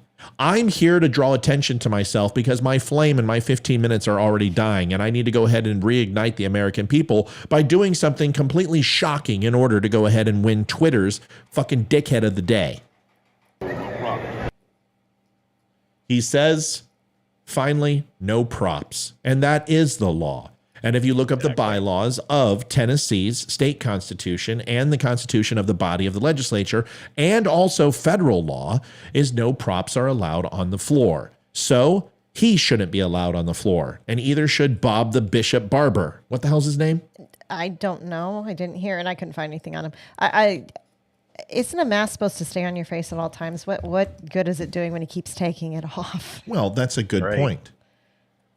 Well, we've got Bob's Barber Shop. You know what? I'm going to, real quick, Leroy. Bob's Barber Shop and Salon.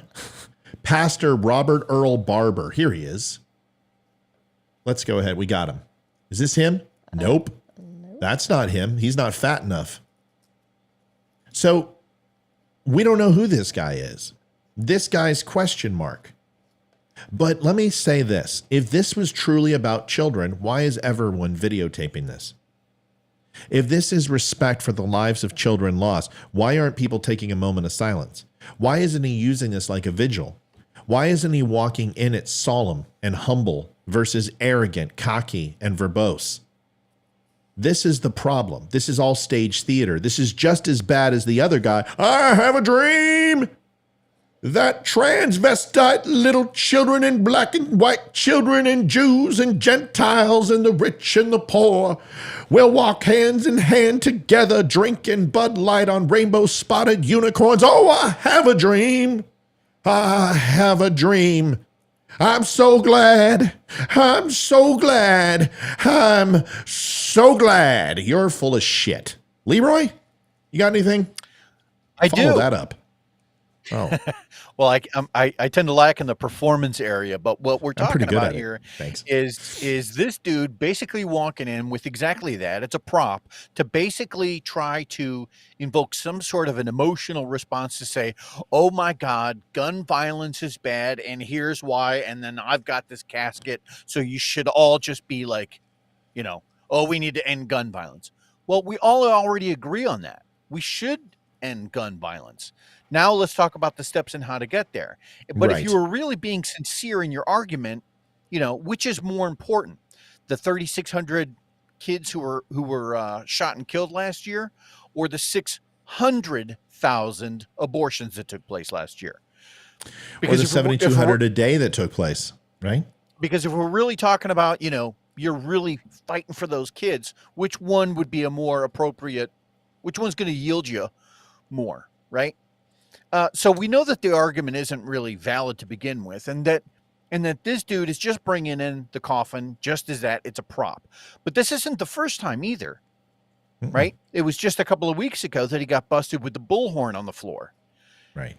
And when they asked him to leave because of that, right? You would think that someone would learn their lesson. Oh man, maybe I should, you know, start going by the rules of the house, so that next time I show up in the state house, that I'm not escorted out or fired immediately, because that's going to be the next thing. Here's a question for you. This man who is in the brown, he's security in the brown suit, but he also has a headset in. So I think he's the master at arms. If he's a master at arms, he is a public official, and he has all the right and due unto lawful and willful property to hold a person, to detain a person, and even arrest a person under his authority if he is truly the sergeant or master at arms. And if this is the case, if this reverend who we just Googled, who I don't know how many Bob Barber bishops there are, but we just put him in and we can't find this guy, and I'm going to do some research. If he just falsified who this person is, he just committed a crime. He lied to a public official and a authority. Found him. Tell me about him. His name's Send me the William. link. Send me the link. Send me the link. Okay. Let's get this guy. I was wondering what was wrong. Somebody online found him, and I looked him up. Oh, see, so yeah, you didn't give credit. See, I gotta. you cheating. You're just as bad as MTG. Who found him? Liar. Liar. Let me see. Hang on. I was looking it up to make sure first, All right. and it was. Hang on. Where to go? Here he is. Where to go? Karen Klein. Karen, good job, Karen. Now, Karen is a complete lib lab, but I love Karen because she challenges me all the time. And I think we agree on this show a little bit, even though she finds me sometimes obnoxious. I love Karen. It says William J. Lepedamain. No, I'm kidding. William James Barber II, born August 30th, 1963, is an American Protestant minister. Can Protestants have bishops? I don't know. I have to look it up. Social activist. Oh, practice of public theology and public policy, and founding director of the Center of Public Theology and Policy, Yale Divinity School. He is the president and senior lecturer at Repairers of the Breach and co-chair of Poor People's Campaign. Education, he's in Indianapolis, Washington County, elected local NAACP Youth Council, 1978 at age 15. Student body president, North Carolina, Drew University. He comes from money. He doesn't seem very poor to me. I mean, the guy's been to Duke. He's been to Drew. He was cum cum laude at NCCU, North Carolina. Activism. Worked on Moral Mondays, Civil Rights, 2013. Yes, they can be bishops in Thank Protestant you. church. Okay, I didn't know. He traveled with the NAACP president, Benjamin Todd. 501c3 nonprofit, Democrat National Convention. There you go. 2016, he delivered a speech at the DNC, so he's obviously paid. State Constitution, Poor People's Campaign, and I wonder how much Justin had to pay him to come to this. you didn't have to pay him anything. Yeah. I guarantee that Justin's controlled by the NAACP, and I guarantee he's controlled by the DNC, and he was told to do what he just did. Do you think this guy can come up with? Do you think this guy can come up with anything on his own? He was led by the balls by BLM. You kidding me? The guy was protesting and rioting. Right. You don't think that this guy is led around by his coattails? Well, that's interesting. All right. Well, either way, I wanted to show that because and Karen, great job finding that, by the way. I didn't mean the Lib Lab comment. Actually, I did mean it, but I love you. So Karen's been around since God was a corporal. So here's the next thing. And I want to try to be as honest as I can. I mean, I'm hitting all sides tonight, just to be completely transparent with you. All but sides balanced. Yeah, it's kind of balanced tonight. But this shit's disgusting. Just hold on to your hats. What is this? Olivia's going to be pissed, and I think I don't know. I haven't seen it. Leroy's. I know. Leroy's going to be pissed. Everyone's going to be pissed. So this is Dr. Matthew Pubes. I'm sorry, Matthew Pabus. He is a family medicinal specialist for St. Mark's Institute Mental Health in New York. And this man is going to explain how you can circumvent chemical castration and child mutilation and get away with it, and that there's actual institutions that will assist to ensure that you can get past a therapist who won't endorse chemical castration or mutilation in an effort to break the law and castrate and destroy your kid's future without due process, without what is required from the state of New York. And that this guy explains that there are funded institutions whose sole job is to get your child castrated, their genitalia mutilated, and to get around the system. I'm not fucking kidding you. This is going to make you puke. Listen. performs transgender surgery on children as young as 15. You don't think anybody can do that for a 10-year-old to do the surgery? They could, yeah. That's what we're looking for. We're looking for people that can do that. That's going to be definitely a psychiatrist to sign off on it. Okay. 100%. If we were able to get that though from a certified psychiatrist, we could bring that into the person, the surgeon will be able to do it. They wouldn't be like, oh, they're too young.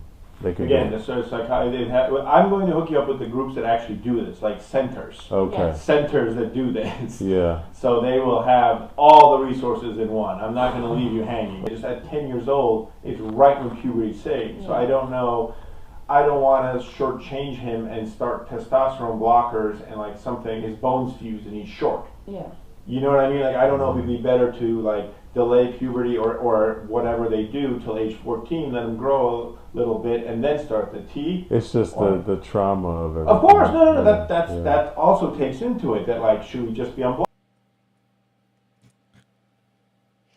You know, if the whole thing is they don't want to stunt their growth or anything, males, they grow until they're 21. 18 to 21 is their maturity age. Yeah, so folks, that's not what they're saying terrifying? is. Yeah. Tell me what's terrifying because to me let me just say one. Let me finish my thought. That guy right there, I have said I will never make a threat in my life, and I'm certain, especially on this show, and I'm certainly not going to do that now. But when the day comes and the bell toll rings, and people need to be accountable for their actions to God, this fucker is going straight to hell and will burn in eternal flame forever, whether there is one or not. Because even if there is no God and all that, and I don't know, and nobody really knows, we can have faith. This person rips the fabric of time and space and all that's good, and hell will be created for people like him and Hitler and the Nazis and Klansmen and people who have done harm to children, pedophiles. There is a hell on earth. I promise you, it's been created. And I don't know if it's divinity, and I don't know if it's God or Satan or whatever, but I'm telling you, there is a special place for people like this, and may they burn forever, because this fucker is sick. And I'm sorry, that's all I'll say, and I want to pass it off to you two. Go ahead, Leroy. What I was going to point out was that if that same parent takes his 10-year-old son, walks them across the street to a tattoo parlor and says, hey, I want to give my kid a tattoo, that tattoo artist is going to look at the parent and go, I can't do that. There's no way. Not only is it illegal, I would be fined.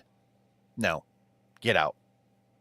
But offering up the old dick saw, apparently that's okay. Right. At what point are we as Americans going to put a halt to all of this and absolutely deny these types of services to anybody who's below, I don't know, pick a number, 18, 21? For the people who continue to call us Nazis, you guys do some pretty Nazi shit, including experimenting on fucking kids. Please tell me what Republicans have in line with Nazis, and I'm going to give you 10 that fucking liberals do. You guys censor speech. You guys have a propaganda machine that owns 87% of the fucking media. You want to run experiments on children and mutilate. You kill the unborn and murder them and want to do it even when they're out of the room. You believe in euthanizing the fucking elderly.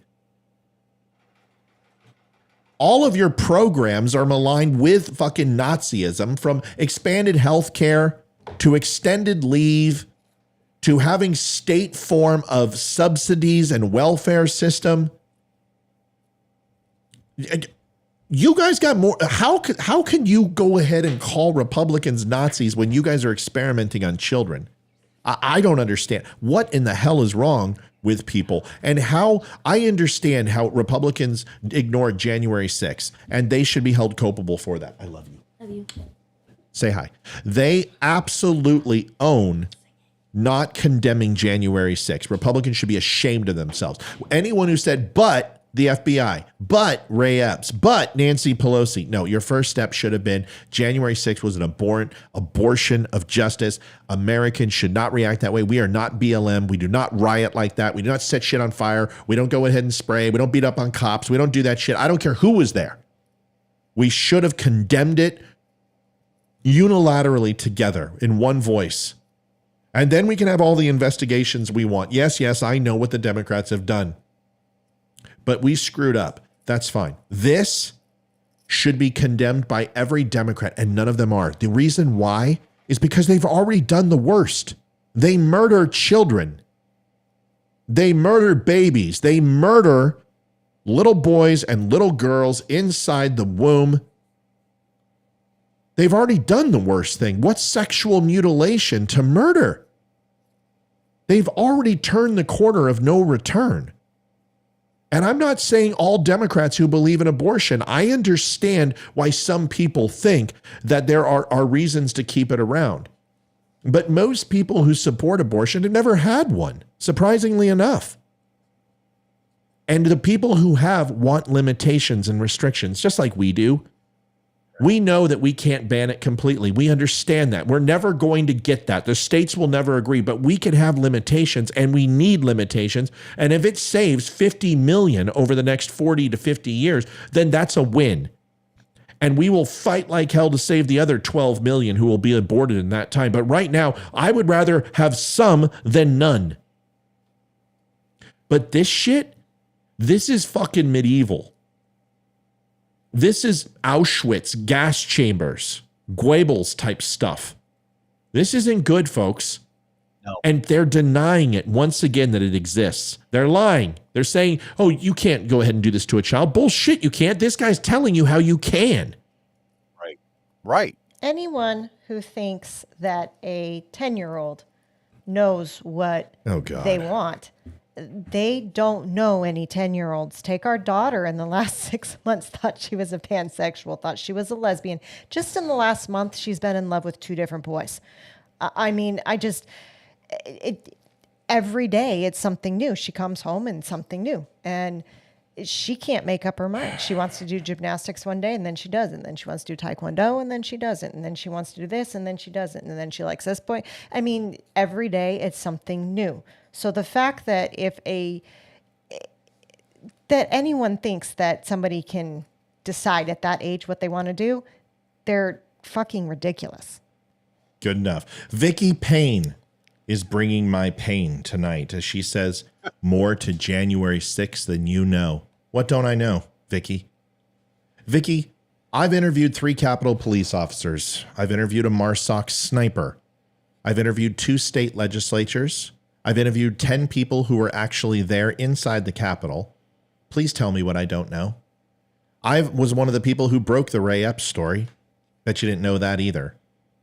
What don't I know? Please educate me. Please tell me what I don't know. I would love to hear it. Call me, 571-3297-576. Because when people make comments like, you don't know, just wait, trust the plan. Trust the plan. Matt? It's all part of a plan. It's all part of the plan. It's Donald Trump's plan. He's coming back. He's letting this all happen. It's coming back. Donald Trump is the president. Joe Biden is a lizard. He's a clone. You blow up one politician and everyone loses their minds. Loses their mind. I'm going to make this pencil disappear. You mad, bro? So please tell me what I don't know. I love when people that you don't know the whole truth. Oh, what is it then? What divine power has given you the writ? Please show me this Dead Sea Scrolls of January 6th. Show me what you've got, because I've seen it all. You know, I kind of do this for a living, and I wouldn't be very good at it if I didn't know what the plan was.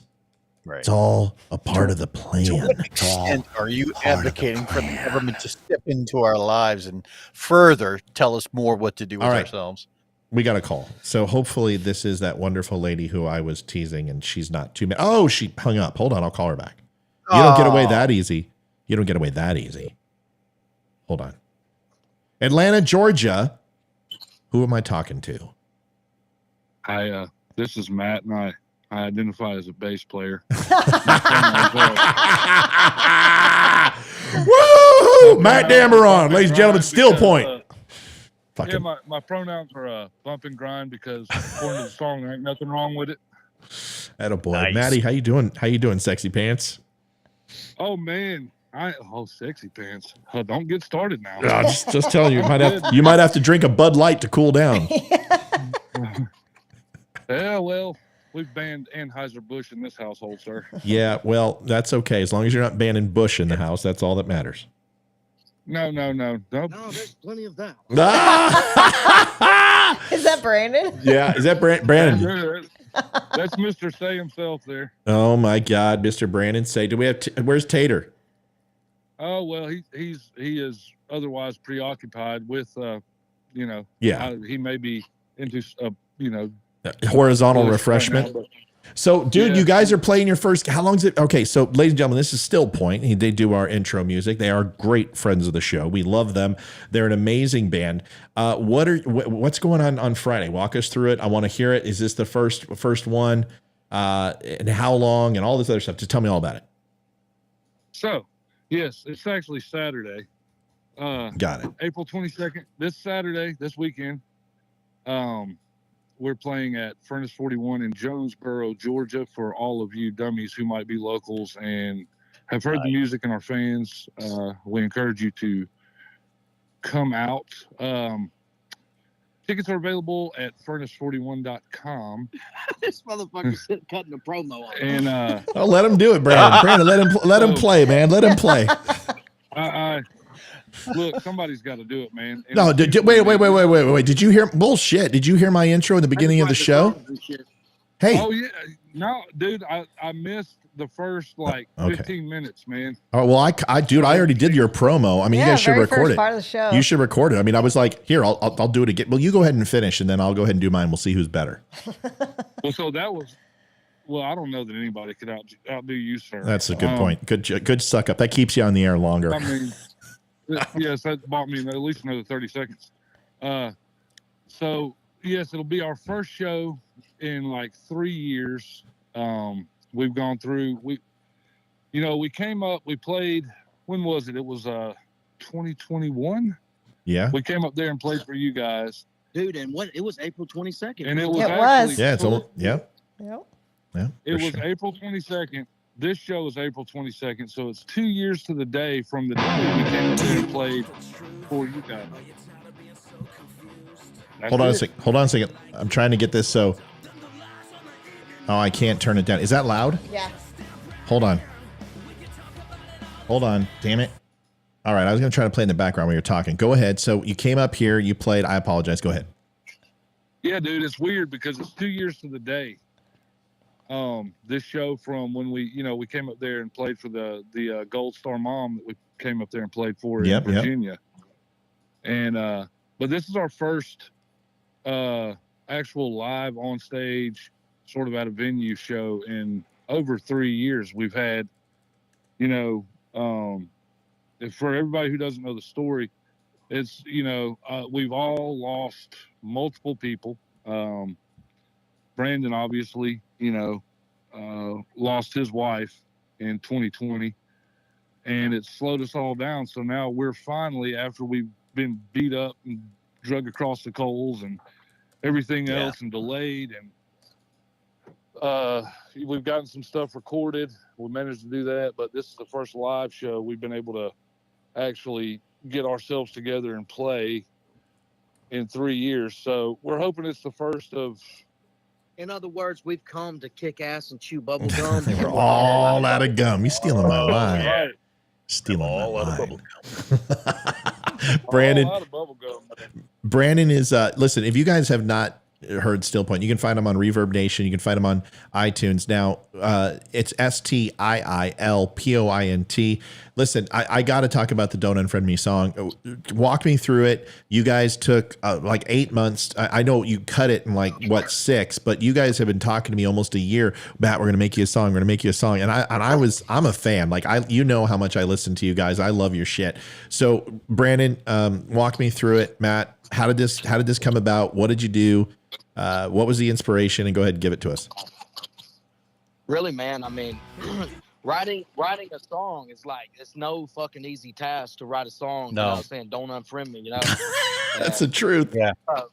You know, we just really kind of, you know, we came out there. We got the inspiration from that, man. You know, we had a lot of cracks in our armor, you know, when we came up there, bro.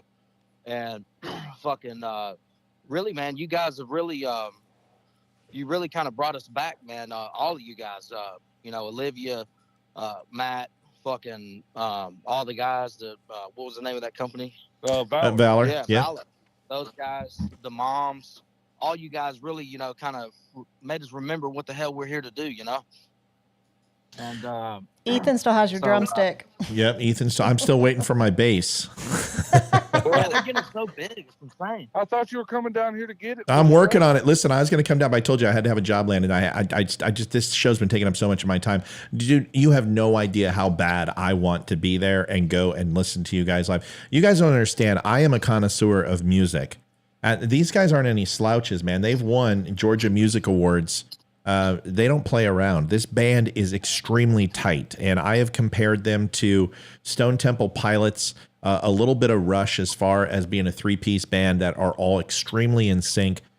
Brandon he is a prolific guitarist, extremely fast, quick sweeping guitars solos. They're incredible, but also his rhythm, very much like Alex Lifeson, is that he's great at rhythm, but he also blends in the leads well. Matt is thunderous on bass. He reminds me of Dean Dinning from Toad the Wet Sprocket. It's always in rhythm. It's always actually a little offset sometimes, and it brings the band together when they kind of stray. And then Tater on the drums, man, he just thumps the drums. He hits them so consistently.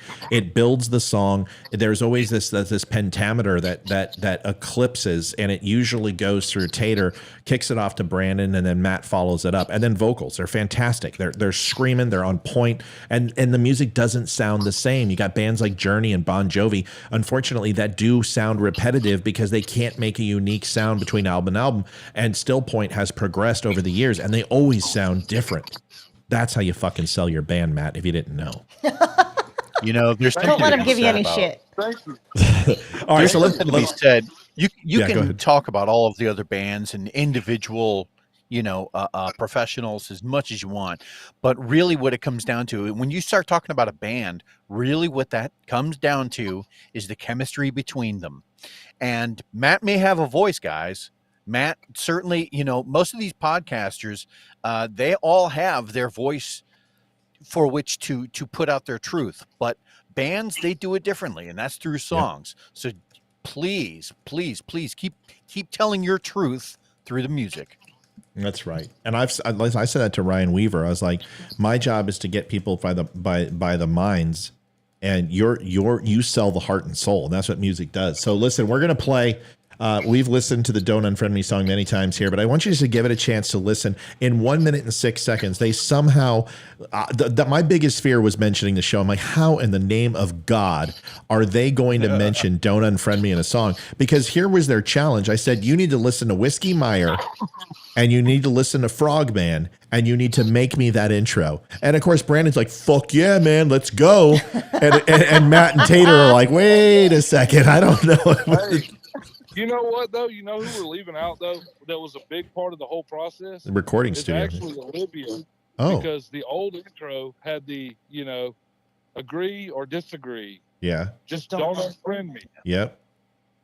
So, and I actually wrote the solo part for that for her to be in that. I designed that so her voice could be in that. Oh wow! But she insisted. Yeah. She insisted that the solo was badass. So Yep. I mean, when Mommy speaks, that's the way it's going to be. That's what I bring to the table. That's what she does. Even though I wrote the lyrics, but it doesn't matter. She sounded sweet doing it. I sound sexier saying Here's it. the Don't Unfriend Me song, folks. If you have, I'm sure you've heard it. You hear it every time we start, but let's listen to it in a little different format. Here it is. Are you tired of being so confused? You feel like you're more fucked up than the lies on the evening news. Well, just step right in. We can talk about it all as friends. And if you want, we can hug and kiss and make up for the party ends. Agree or disagree, just don't unfriend me. 'Cause I'm everything you want, damn sure what you need. I won't tell no lies, back up all the facts with truth. And if you can't get down with that, you must be somebody's dude.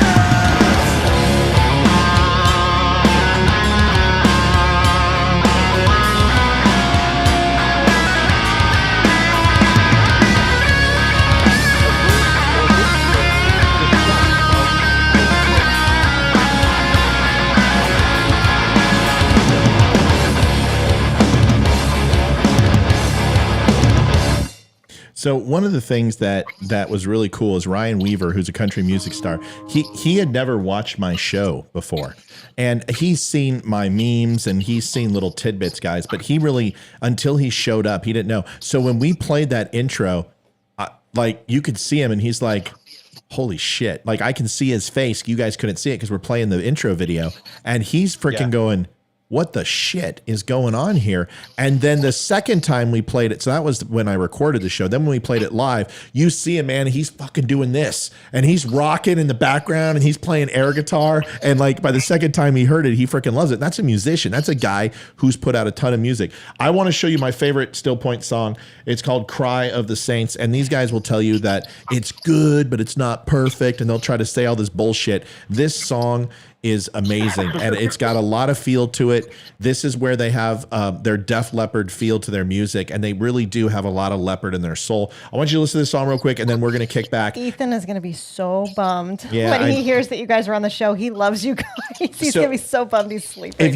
If you're anywhere close to where they're going to be in Atlanta, Georgia, it's Atlanta area, right? Or no? Yeah, South Atlanta. Okay, so if you're around South Atlanta, even if you're across the border, you got to get over there. They're worth it. They're an amazing band. Just listen to Cry of Saints for just a little bit so you can hear this song. I used to play it all the time, but a lot of you have not heard it, and you'll understand what I'm talking about. I'm going to mute you guys real quick because you're breaking up a little bit. I'll bring you right back.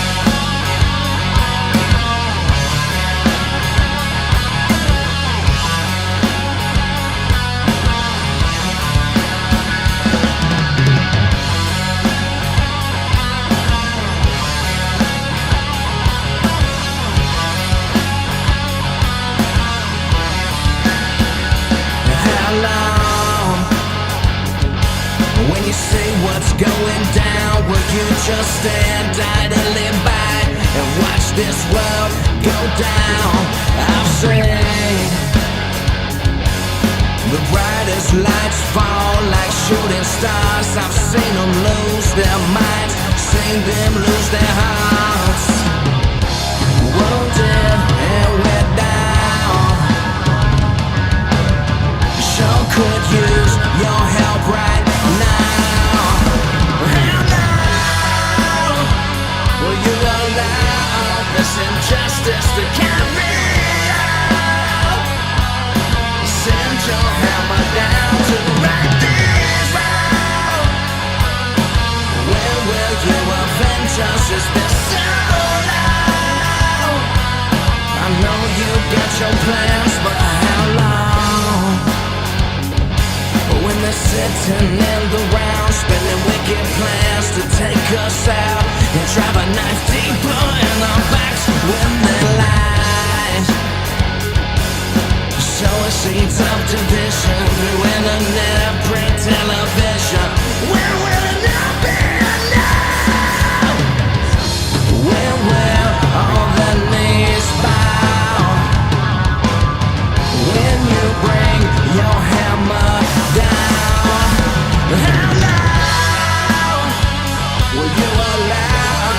and justice to carry out. Send your spirit down to the rapids round. Where will you avenge us? It's been so long. I know you got your plans, but how long? Enjoy.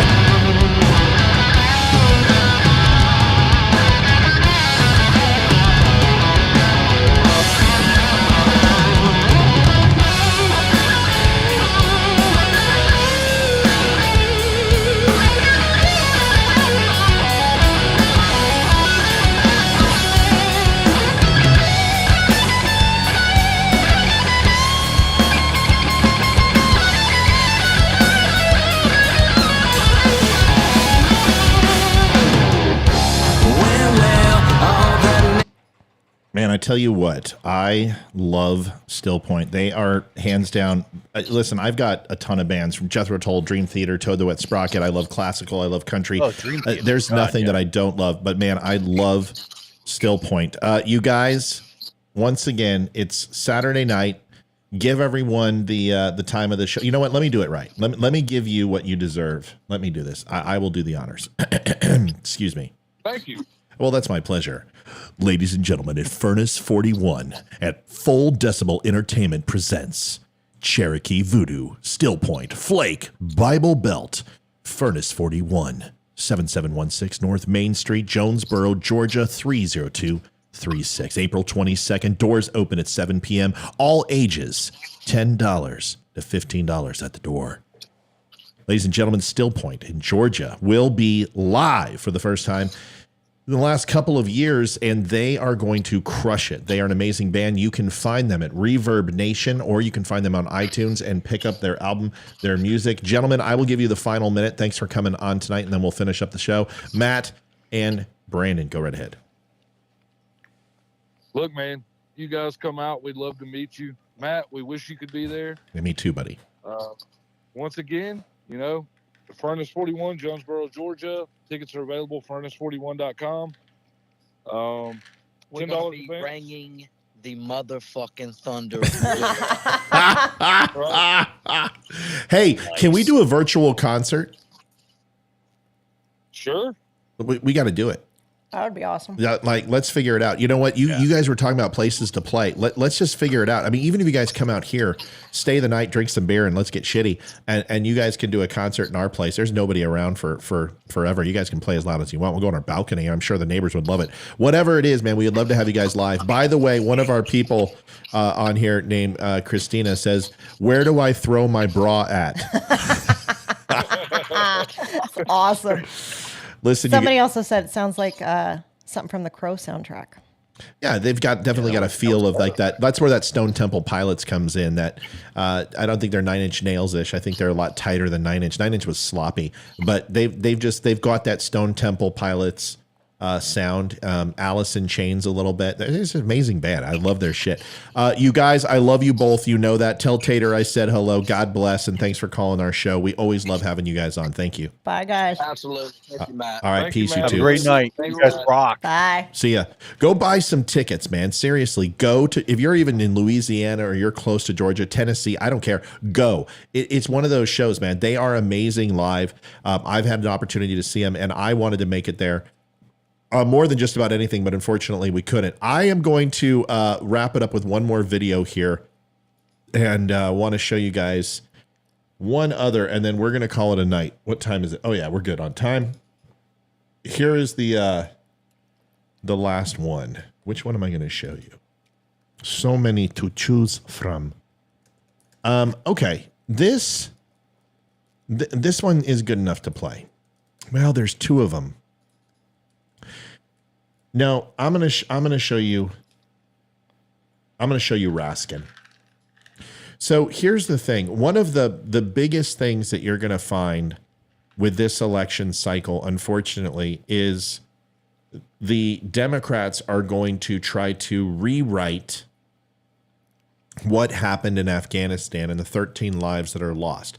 Because this is going to be the one thing that this is ultimately when Biden's numbers went in the toilet. Yes, COVID. But this was the big one. This is what Yeah, this is what dropped him like a rock, and he's never recovered from. So they're trying to rewrite history. Listen, there's not anybody else that I know who knows the Afghanistan debacle better than me. I'm sorry. I've listened to all the pundits, and I can give you everything you want. Leroy knows because I wrote a dossier on Afghanistan and a strike package of what it would take to go in and infiltrate. And I talked about this turnover and what would happen and how the Afghan army would buckle like a belt. We had reported, Leroy and I both reported on it just a few months earlier, that a lot of the Afghan forces were surrendering and moving into Tajikistan. And when they saw the first battle and conflict with Taliban forces. Raskin, first of all, horrible. Raskin has cancer, and he's going through chemotherapy, which I am extremely, heartfelt about, and I hope he recovers. And I'm a human being, and cancer is ugly. Nobody deserves it. But I don't understand. You're a man. I don't understand why you're wearing a rag. You still have your eyebrows. You still have a head of hair. I don't understand why you're doing it unless you're trying to announce everyone that you have cancer. There are other things that you could wear besides a lady's do-rag or hijab. It doesn't make much sense to me. Some men look good bald too. Anyways, I just don't understand what you're doing. And do. I think, yeah. I was specifically talking about you, Leroy. I really listen, as I don't appreciate cancer and you having cancer, and that's a horrible, sad thing. I also don't appreciate you making, once again, a Democrat. Never let any horrible situation go unannounced. I can't talk. Trivialize? Yes, that's the word. I can't say it. Trivial my bivel? Yes, doing that to people with actual cancer. And I don't think that's what he's doing. I think he's using it for an attention ploy. And if you need to garner sympathy points by bringing in a child's coffin or calling someone a liar up on stage and screaming at them, or wearing a purple do-rag while you represent the South Side freaking Great Boys, I don't know. I think there's a movement. First it was the bishop wearing purple, and now him. I mean, something's going on here. I think purple is the new gang color for the liberals. Here's the video. And Leroy and I are going to blow this apart.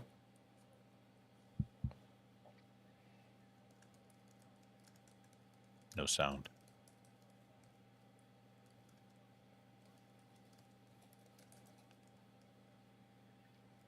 Matt, can you hear me? Yeah, I can hear you. There's no sound. Oh, sorry. Thank you. You're fine. Just was testing to see if you guys were paying attention. When we zero in on the final months of the war, my Republican colleagues refused to examine the elephant on the battlefield, President Trump's disastrous decision to cut out the Afghan government and negotiate directly with the Taliban, and then to enter into a dangerously lopsided agreement with these authoritarian religious fanatics.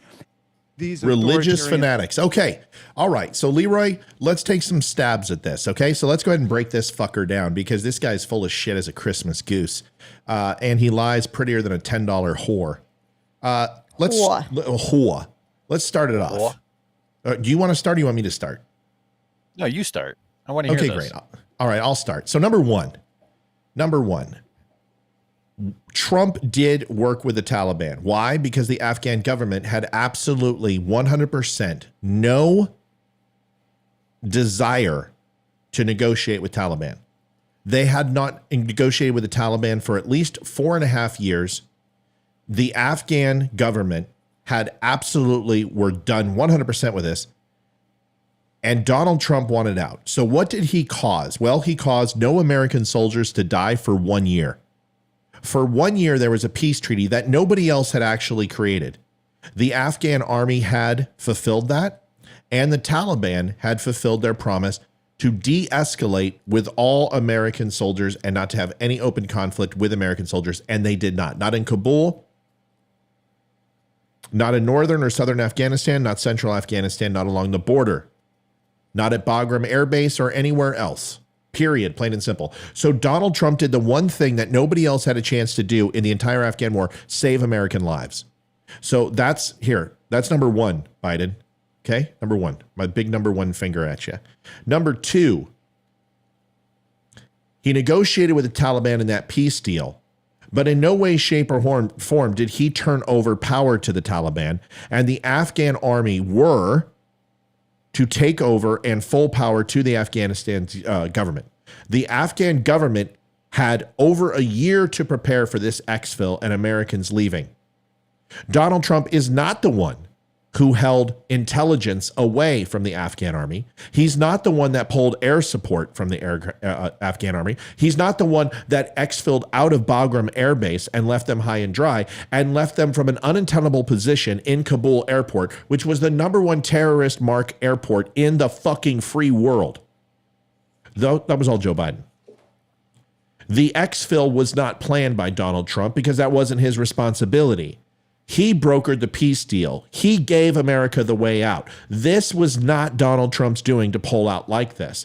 And either way, it wasn't also his decision to put security forces in the supposed religious fanatics who you were telling us they changed. You told us on national TV, you fucks, that these asshole terrorists were reformed, that they were all about the democratic process, and that they were peaceful now, and they weren't going to go ahead and circumvent women and murder fucking Christians and lesbians and gays. But remember, this is the self-fulfilling policy of the Democrats, which don't give a crap about anybody as long as the optics last longer than 90 days so the entire American population forgets about it. You put Taliban in charge. You released the fucking terrorists out of Bagram, not Trump. That went ahead and murdered those 13 Americans, you pieces of shit. So the next time you want to try to fucking hang it on our heads, you better have people who aren't paying attention, because we are. And we will remember at the voting booth. 2024 needs to be about Afghanistan just as much as it needs to be about everything else, including fentanyl, inflation, lockdowns, COVID, vaccines, and everything else trying to censor Republicans and not getting the voice out. Well, guess what? The tides are turning when it comes to our voices. We got Twitter on our side, and Facebook is following suit. And the reason why they are is because they're playing let's go with a leader. Because Mark Zuckerberg wants to stay out of the crosshairs, because it was just released by Elon Musk with proof that he donated over $410 million to the Democrats in the last election. So maybe, just maybe, things are starting to buck up. Let's get to his next bullshit I want to lies. say something What? real quick. Sorry, I'm fired up. I know. So Marilyn Williams made a comment, said, making fun, it's going to turn on you who thinks his sickness is funny. I don't think his sickness is funny. We're not saying his sickness is funny. Yeah, you don't listen. And by the way, my grandmother died of breast cancer. My grandfather died of prostate cancer. My other grandmother was a survivor of breast cancer. My other grandfather was a survivor of prostate cancer. So I would never make fun of cancer, ever, ever, ever. So for you to think that, fuck you. And we're not making fun of him. Like Amy said, we're making fun of his pandering and trying to get attention because of his sickness. He doesn't need to wear a do-rag in Congress. He can go bald. He's got his eyebrows, which means he still has hair. Exactly. Probably. So it's might called be thinning. pandering. It's called pandering, just like this. What's something that you always carry with you? Hot sauce. Hot sauce. Really? Yeah. Yeah. Really? Yeah. Are you getting information right now? Hot sauce. Hot sauce in my bag, swag? Hot sauce. Really? Yes. Now listen, I yes. just want you to know, people are going to see this and say, okay, she's pandering to black people again. Okay. Is it working? Marilyn, I'm going to say something to you. And the exact reason why this gentleman, Mr. Raskin, is wearing that is so people like you will defend his lies and have sympathy for him. So he can stand up there because no one's going to question a dying man with cancer. You know what? I don't fucking care. I care that he has cancer, and I want him to survive and live so I can continue to challenge his bullshit and his divisive politics. I'm not making fun of him. And if you would have listened to the entire segment, the first thing I said was that I hope he recovers and I hope he is well, and I'm not making fun of his cancer. I'm making fun that he is putting on that do-rag and letting everyone know, because the first day he went through chemotherapy when he hadn't lost a hair yet, he put it on. And I'm sorry if you think that that's not pandering, but it is. So grow up. Religious fanatics. In the Trump-Taliban agreement, or Doha agreement, Trump struck numerous bad deals and fateful bargains with the Taliban that would come back to haunt us, including the release of 5,000 Taliban fighters from prison, many of whom promptly rejoined the insurgents in their battle to recapture Kabul. Our colleagues have also conveniently ignored President. And that's true. It is true. And I'm sorry to tell, but go ahead, Leroy. No, you hit it this time. What I was going to say was, I downloaded that whole thing. This 12-page document from the White House. Yep. You can grab it, folks, and you can read it. And I have. And I know what Mr. Raskin is. I know what he's saying. But here's the problem. Here's my biggest problem with this entire excuse. And that's what this is. It's 12 pages of excuses where they literally, it's actually 12 and a half pages, and they mention Trump more than 13 times. So you can have excuses or you can have results, but you can't have both. And the fact of the matter is, this is all just a giant deflection that basically says we're in the position we are because of that orange man over there, and that's why the things happened the way they did, without taking any responsibility whatsoever. None. Right? And in the meantime, Trump wasn't the president. That deal could have been renegotiated. They could have said, look, we want to get everyone out in the safest possible manner. Something that I actually have a problem with is in the very last line of that 12-page document. There's a part in there where they quote President Biden said on August 31st, 2021, when I hear that we could have, should have continued the so-called low-grade effort in Afghanistan at low risk to our service members, at low risk, I don't think enough people understand how much we have asked of that 1% of this country who put on the uniform, who are willing to put their lives on the line in defense of our nation. I took a minor issue with that because you don't defend the United States from over the pond. Defense is something that happens locally. It's not something that happens. What we were doing, yes, you're right, we were responding to a tragic event. But you're talking 20 years have passed and more than $2 trillion later. I can't quite get that out. God, that actually hurts to say. It is. That's not defense. That's us. That's several administrations of just cranking up the war machine that I didn't agree with necessarily. And the 5,000 that he released, yes, there was some high risk there as well. There's no doubt. But they were never our problem to deal with. What do you want to do? You want to put them in Guantanamo Bay for the rest of their lives? You want to go ahead and play Abu Ghraib-ass prison again? No, it's not our job. It's the Afghans' job. It's their job. They allowed terrorism in their fucking country where we had to go in and clean it up. Let them handle it. Guess what? 5,000 Taliban fighters. Let's be completely transparent. None of those have hit America. None of them hit American bases. Let's stop. Yes, they did have conflict with American soldiers. That happens in war. But you release prisoners after war. What do you want to do? You want to kill them all? What are you, Democrats? Maybe we could pretend we could put babies in their stomach and we could fucking abort them. Is that what you want to do? So don't give me that any bullshit. And the second thing is, we're not the ones that released the person that killed 13 American soldiers. That was Joe fucking Biden when he made them the security forces. Right. Okay. And the next thing, we're not the ones that when they got NGOs and Americans killed because he released the biometrics and didn't destroy the software and the biometric scanners that allowed them to go ahead and go door to door and hunt people down like the fucking Terminator. That wasn't Donald Trump either. So don't sit here and tell me it was the best of times, worst of times, and pee on me and say it's raining. You guys are full of crap. And second, this lady, where is she at? Vicky says, this is the one about January 6th, who says, you don't know the truth. You don't know the plan. Vicky says, I'm not calling you. I don't like you that much. I'll vote for President Trump. In other words, you don't fucking have anything. That's what you meant. Vote for Donald Trump. I don't care. I never said that was a problem. What I said was when you said you knew something about January 6th that I didn't know, welcome to you don't. Have another drink. You've had way too many martinis already. I'm going to call this the Alec Baldwin defense. The prop person. Oh, yeah. He was supposed to check the gun, Thank so you. I didn't check it for him. Let her go. I didn't check it because the prop person was supposed to do it.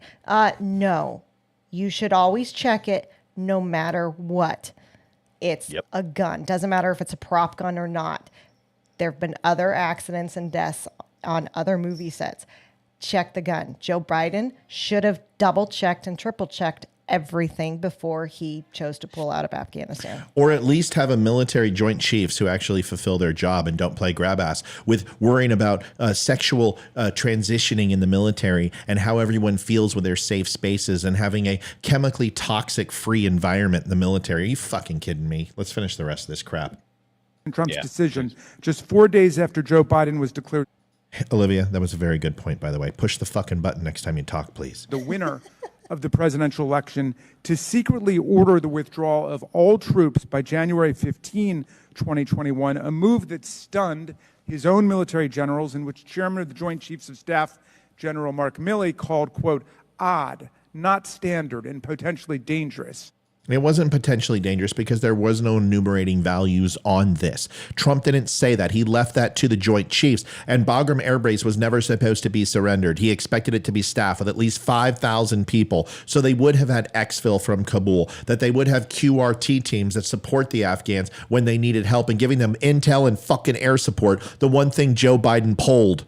And also did quid pro quo with the Afghan president and told him, if you don't do A and B, you're not getting C and D, which is quid pro quo. And what we got pissed at fucking Trump for Zelensky in Ukraine. And we impeached him for it. And you left Joe Biden out in the fucking wind and let him get away with it. You Democrats are you make it so easy never to go ahead and for me to challenge Republicans because y'all are so fucking stupid. After significant pushback, President Trump. I'm done being nice.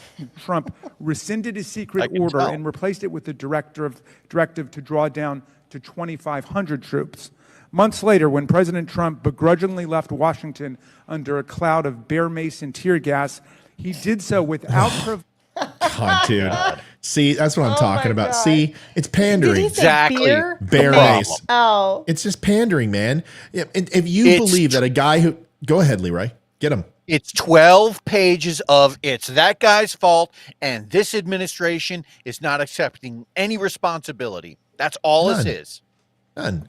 You know, and I gotta say, he doesn't look good, and I hope his battle. This is the first time he's looked up from his fucking propaganda. He doesn't look good, man, and I feel for him. I hope that he recovers. I really do. I don't dislike Raskin. He's a very smart guy. He's actually very well liked amongst Republicans, even though his policies suck. But this is a shill job, okay? And if you think a guy is going to sit up there and lie about January 6th and how they had to remove Donald Trump with bear spray and frickin' spears and the gallows. Come on, man. Let's go ahead and hold people accountable for their actions. And if you're going to sit here and say that Donald Trump has to be responsible for everyone who was there at January 6th, well, then you have to fucking hold Joe Biden responsible for being a kerfuckle when it comes to Afghanistan. I mean, that's just fair, right? If you're going to blame the commander-in-chief for everything that happens, well, then you got to go ahead and hold Joe Biden accountable for Afghanistan. You got to hold him accountable for BML riots. You got to hold him accountable for school shootings. You got to hold him accountable for inflation and fentanyl and abortion rates in Chicago and all the 37 cities out of the 50, which are all ran by liberal blue mayors who have the highest death rates, and 3 of them the highest death rates in the world. It's all Joe Biden's fault, isn't it? He's had more COVID deaths under his administration than Donald Trump had in the first year. That's not wrong, isn't it? Well, how about all the illegals he's deported? He's deported more than fucking Obama did, and Obama was the reigning champion. Oh, yeah. But we don't hold anyone accountable for that. This entire act is nothing more than a quick deflection, because within the next 2 years, he's already announced that he's gonna run again, right? So within the next 2 years, he has to turn all of the shit that has happened in the last 2 years.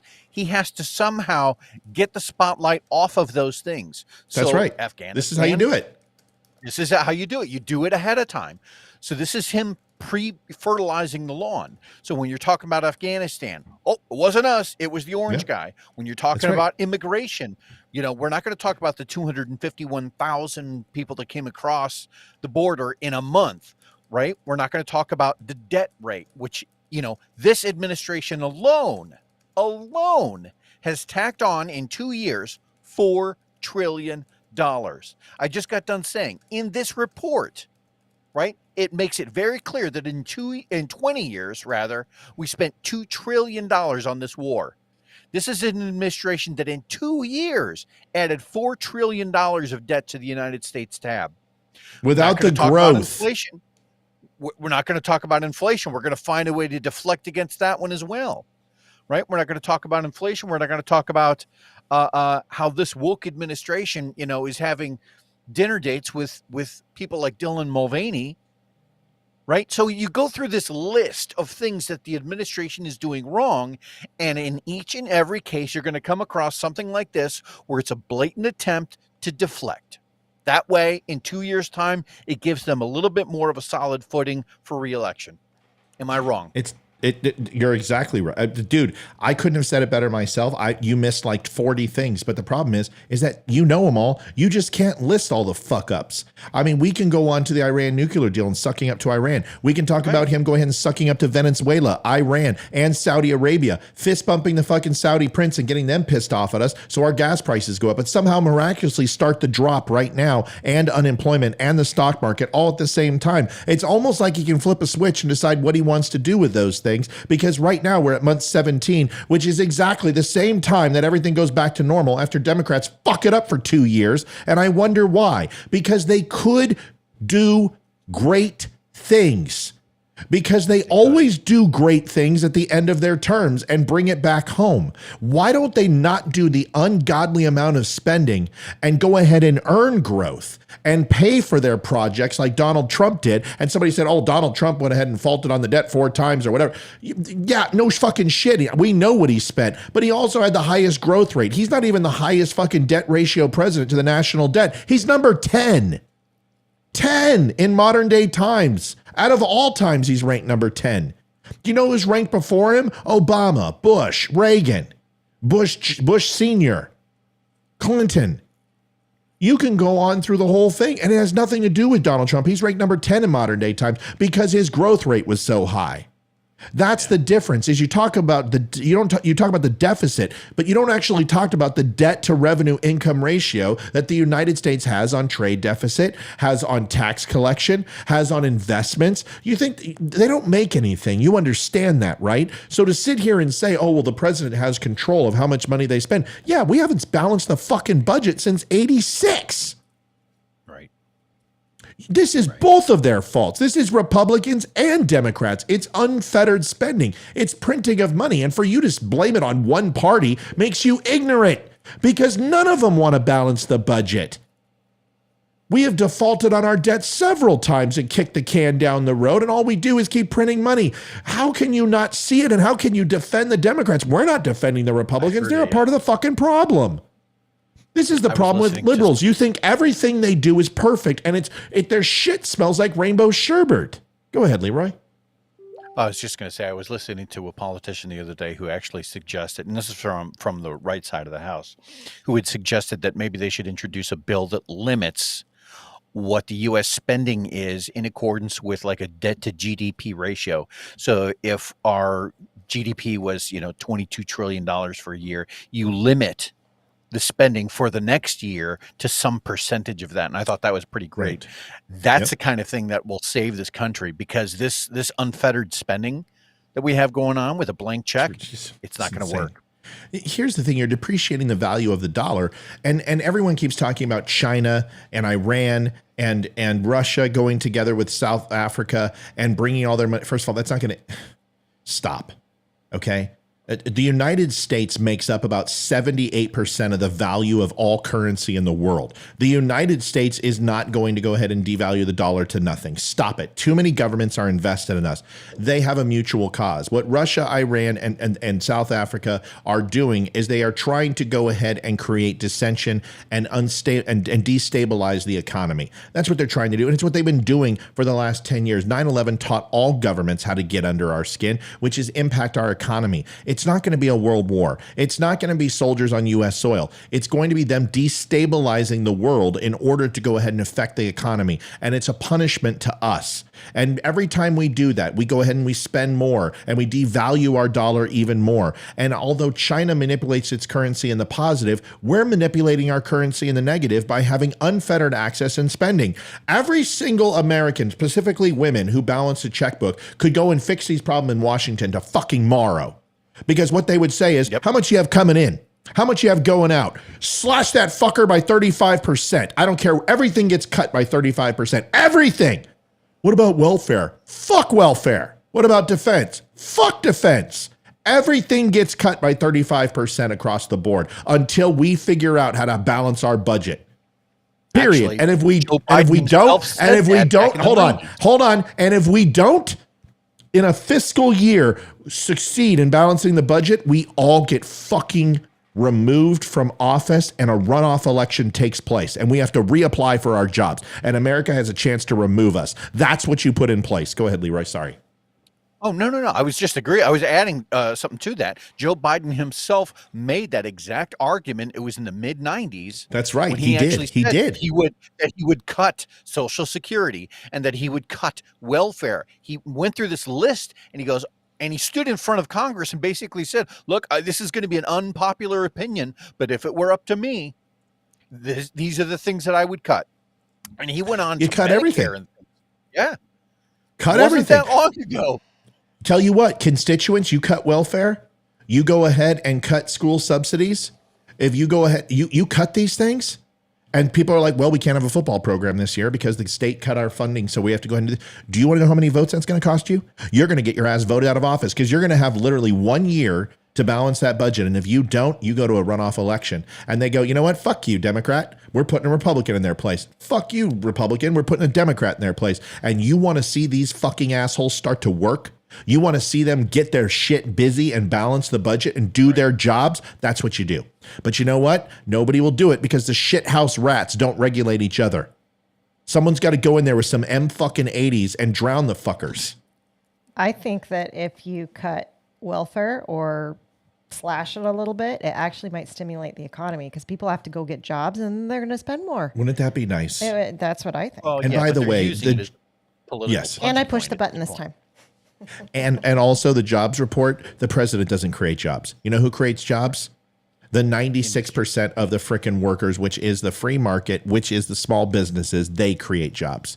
And the corporations create jobs. It's not the president of the United States. But you can destroy small businesses so they don't create jobs, which is what Joe Biden has done with regulation. And the only thing that's happening is people are hiring again because business is good. That's the way it works because nobody has anything. People are selling more in grocery stores than they ever have before. Their product mix report is about 12% of their stores stays stagnant. The meat, the poultry, the fresh produce, the milk, those things get returned and moved every single day. But boxes of cereal can sometimes stay on the shelf for 2 or 3 months before they cycle. About 12% of a grocery store usually turns over every single day. Do you want to know what the numbers are now because of the food shortages that we're having? Over 56% of the grocery stores are turning over on a daily basis. That's a lot. That's a lot. And it's happening in retail and everywhere else because when you can't get your first choice, the second, third, fourth, fifth, and sixth, and seventh, and eighth choice are okay. That's what's happening. And it's forced attrition. That can't last forever, folks. We need to wake up, but you don't just, let's finish this video. Fighting the new administration, any plans at all on how to safely withdraw the remaining U.S. troops or how to safely evacuate Americans and our Afghan allies within the strict timeline prescribed by Trump's Taliban agreement. This failure was not an accident, but was calculated to force Biden's hand. President Trump later bragged about this maneuver at a rally with his supporters, stating, "I started the process. All the troops are coming back home. They could not stop the process. They wanted to, but it was very tough to stop the process." Trump moved forward with the withdrawal of U.S. troops even as the Taliban increased violent attacks against the Afghan government and refused to sever ties with terrorist groups, including the Haqqani. Joe Biden stood up there and said, we saw no attacks or anything that precluded any signs of aggression from Taliban towards Afghanistan. We had no idea that they were going to take over. Then why did you preemptively destroy some of the material if it was all for the Afghan army? Why did you supposedly destroy the Humvees and made the firearms inoperable and destroy the Black Hawks and the grenades and also the Semtex and C4? Why did you say you did all that if it was supposedly supposed to be for the Afghan army? Because that's what it was supposed to be for, right? That's why you didn't destroy it, but you said you did. Listen, the administration has lied all over this report. You put me in front of those fuckers and I will dismantle them. I will fucking tear them apart. Didn't, as soon as Biden got in office, how many executive orders did he sign overturning a lot of Trump's policies. In the first 90 days, he had signed over, I believe, 97 executive orders, and since that time, he is up in the 400. And he just signed one today. Okay, so he overturned a lot of Trump policies by signing executive orders. I see where she's going. So I guess I'm just speechless by this. If you can overturn his policies, then you can overturn his pullout plan from Afghanistan. Exactly. You're the president. Make your own. I mean, Trump did it for when he was supposed to be president because he thought he was going to be reelected. And it probably would have worked because Trump's Trump and he's a better negotiator and he seems to be better at being president than Joe Biden. But sure. The hypothetical behind that, to Olivia's point, is what would have happened if in between where Donald Trump had left the White House and our pullout of Afghanistan, what would have happened somewhere in between there had Afghanistan or the people, the Taliban, made a attack against the United States? Would we have still pulled out just because Donald Trump had made that promise? No, you'd have attacked him, or at least you should have. So to your point, it was all up to Biden. Biden could have done that at any time. He should have. In his first 100 days, Biden issued 42 executive orders, but that's not the whole truth. It's 42 in the first 100 days. But what you're not counting is the additional 54 orders that he rescinded from Donald Trump. So the executive orders that Donald Trump had run. So it's not just him creating 42 new orders. It's also taking and rubber stamping Donald Trump's executive orders that he put in place. So it was well over 100. It doesn't matter. 42 is still an incredible amount of number. Donald Trump also did the same thing. And I'm not condoning Donald Trump. Even though Donald Trump's pushes and what he did, which was to open up small businesses and absolutely crush the economy and did great things, I don't think a president should use EOs. But the thing is that he was canceling Obama's executive orders, which were also unconstitutional. Executive orders are not designed to do that. So you had Obama come in and write so many executive orders and negate the Senate and the House completely and imposed his will on the American people. Donald Trump came in and reversed those. And then to get Obama's support, Obama went to Biden and said, well, I'll support you in the last 90 days of your campaign. You're just going to go ahead and hire my entire administration, and you're going to go ahead and reinstitute every one of my policies, which is what Biden did. So he issued 42 of his own and then overrode Trump's policies, which is essentially the same thing. You're robbing Peter to pay Paul. Whether you overturn an EO and implement your own or create new ones, it's the same damn thing. He's still changing policy. Folks, this show may have been cussing sometimes. This show may have been angry. But you know what? I don't shut up, Leroy. I don't care. I don't care because at least we're being as real as we can. We're being as honest as we can. And, you know, it may not be your cup of tea sometimes, but you know what? We got to rip the Band-Aid off. We got to have some real conversation. And if any of the things that you learned tonight, go out there and teach them. Go out there and engage and have conversations. And don't let these liberals push you around. I used to be intimidated by them. I don't give a shit now, man. You should see me on Twitter. I am a fucking savage. Like, I am brutal. Like that. Go ahead, Leroy. I'll say this too. I have watched a lot of podcasts, and I don't know of any other podcasters with this format where they throw up the phone number and say, call in if you would like to debate a talking point. I don't know of any podcasters who do that. None. So, and they don't want to be surprised. We are looking to have that discussion. We're looking to have that debate. And it doesn't, when we're reading comments, sure, we can get we'll throw out an occasional name or maybe be a little hypercritical. But when you call in, it's a little bit of a different story. It's always a different story. We want to have that talking point. Yeah. It's calm, it's relaxed, it's respectful because you have the courage to call in, which I want to hear what you have to say. I don't abide by kiss asses and I don't support save asses. And if you're one of those people who come in here and drop a bomb like, oh, you're Trump's your daddy, and then you can't come in and back that up, you're just a fucking heckler. You're a court jester. You're Schoolyard bully. No, you're not a bully. At least bullies can be intimidating. You're just a putz. You're a freaking court jester. You're a clown. You're a mime. You have no voice. And really, nobody listens to you because you don't say anything. If you think January 6th, I'm wrong, come tell me why. And what's the worst thing that's going to happen? So you might get shellacked a little bit, or you might wind up saying something that I didn't think about. And I'm like, holy shit, you just rocked my world, because it's happened. Olivia does it. Leroy does it. Amy does it. They say something and I'm like, oh my God, I didn't think of that. I apologize. I was wrong. Well, no, I don't say that because that doesn't happen. But what I do say is I appreciate your point, and I never thought of it that way. Or, wow, that really has changed my outlook on this because I didn't see it that way.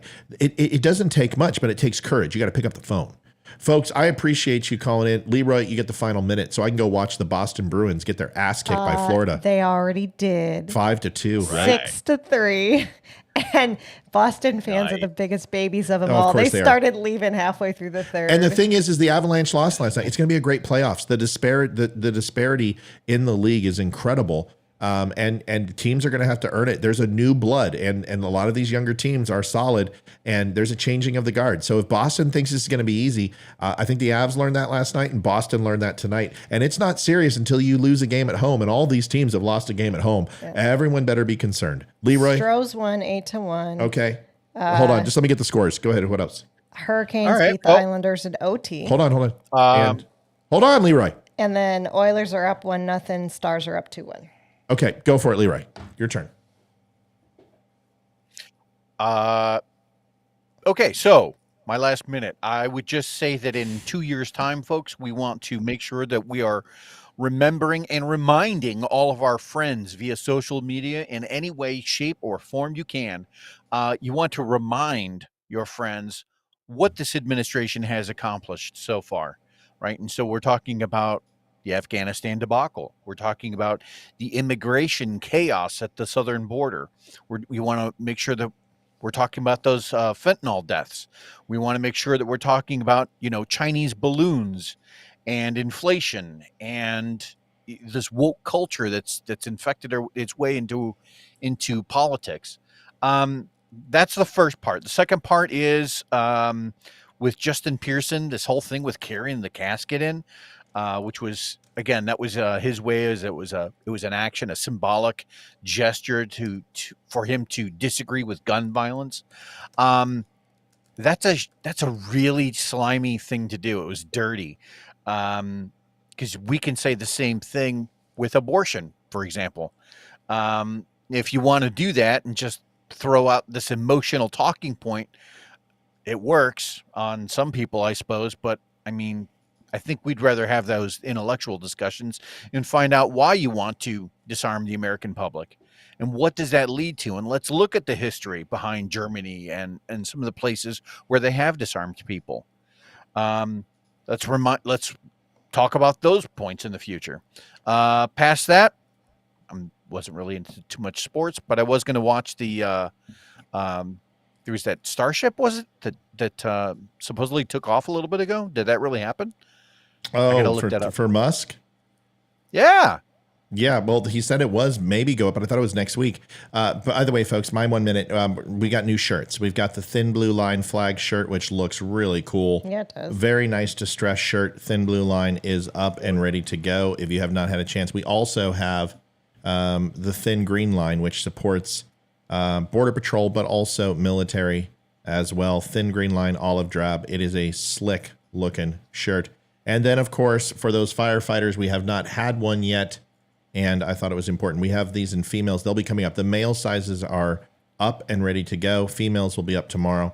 There you are. Thin red line, thin green line, thin blue line shirts. If you don't have them, go get them. They look slick. They are comfy, and they are awesome. You can go to the Don't Unfriend Me store at thedumbshow.com. Pick up new hats and shirts. You can go support Still Point. Go see Still Point live. Do me a favor, like, share, and subscribe. There's a new video down on my site. I just did it today. I think it's probably one of the best I've done. It's about 1950 and why we can't go back. Everyone keeps saying, oh, well, let's raise the tax rate to 91%. Let's go back to where a single family can live off one income. We can't go back, and I'll tell you why. Go listen to it. I believe it's the best show I've ever done. Leroy, I want you to watch it too, and I think it's the most realistic. It was all off the cuff, 17 minutes, no writing down anything, and it's all out of my head, and I want you to go listen to it. I'm getting really strong at those, and I would love for you to go listen to it. Liv. Holy shit. 2 shows in a row. I actually have a last minute. Exciting. I know. Pretty exciting. I actually just wanted to give a shout out to Rumble and YouTube tonight. We had amazing conversations. Like, it was going all night long. I mean, tons if you go and look at it. Just a ton of conversations. So it was awesome to talk with all of you guys. So that was great. Also, Ashley Rousey wanted to say congratulations. She's getting married on Friday and just found out she's pregnant. Surprise. I didn't do it. So, Ashley, what the hell? You were supposed to wait. Time out. Ashley, did you tell him yet? Because you were supposed to. You told me you had it. I said, "Do you have it?" And you said, "Yeah, go ahead and go." And I'm like, "Okay, are you sure you're covered?" You're like, "You're covered." So I don't understand how that happened. Do you want money? Because I don't know her, honey. I don't know who she is. Ashley who? Sorry. Congratulations, Ashley. Congratulations. I've already given her a little bit of marriage advice. If the baby comes out with a beard and is extremely opinionated, it's not mine. It's not mine. Ashley, congratulations. Mazel tov, and congratulations on your marriage and a beautiful child. May you have blessings. My final word is I love the team here. I love everybody here. I love the work we do. I know it can get a little vulgar. Don't worry. It's not always like that. Go and subscribe to the show. And also, Twitter Spaces. I don't know if you guys know what that is. It's essentially a way to call in on your phone and everyone can talk, all of us, and we can all have a conversation. And it's like a podcast that you can dial into. It's really cool. It's really unique. I'm going to try to kick one of those off. I will prepare it on Facebook. So if you have not gone to twitter.com, go to the Dumb Show on Twitter and follow us. We now are at 5,000 followers on Twitter. It's crushing. We need your help. Stop on by. I'm really glad to see Rumble. How many Rumbles did we have on? I think Rumble was up to like 18 tonight. How was YouTube? Was like maybe 12 at some point. But I mean, it was good conversation. And Bubba, I'm holding you to it. He says he's going to call in next time. Bubba's a good dude. He tried to call in the other day. And it was at the end of the show. But we're on at 8 o'clock Eastern. So Bubba, call in then. All right, everybody. God bless. Leroy, thanks for calling in, buddy. It was good to have you on. It was good to see you. Thanks, everybody. Love you guys. Love the dummies. You guys take care of yourself. Night, y'all. You too, buddy. Thanks for coming in on a Wednesday. It was wonderful to have you here tonight. Good night. We'll see you soon. I'm David Boreanaz with the Cast the SEAL team, and we have an important message for returning vets. We want you to know if you're struggling to cope, there's help and it's just a phone call away. The Veterans Crisis Line is staffed with experienced professionals who know your struggles. There's no greater sacrifice than service to our country. We're able to enjoy our freedoms because of it. Your service is important. You are important. For vets and their families, the Veterans Crisis Line is here to help 24 hours a day. Please call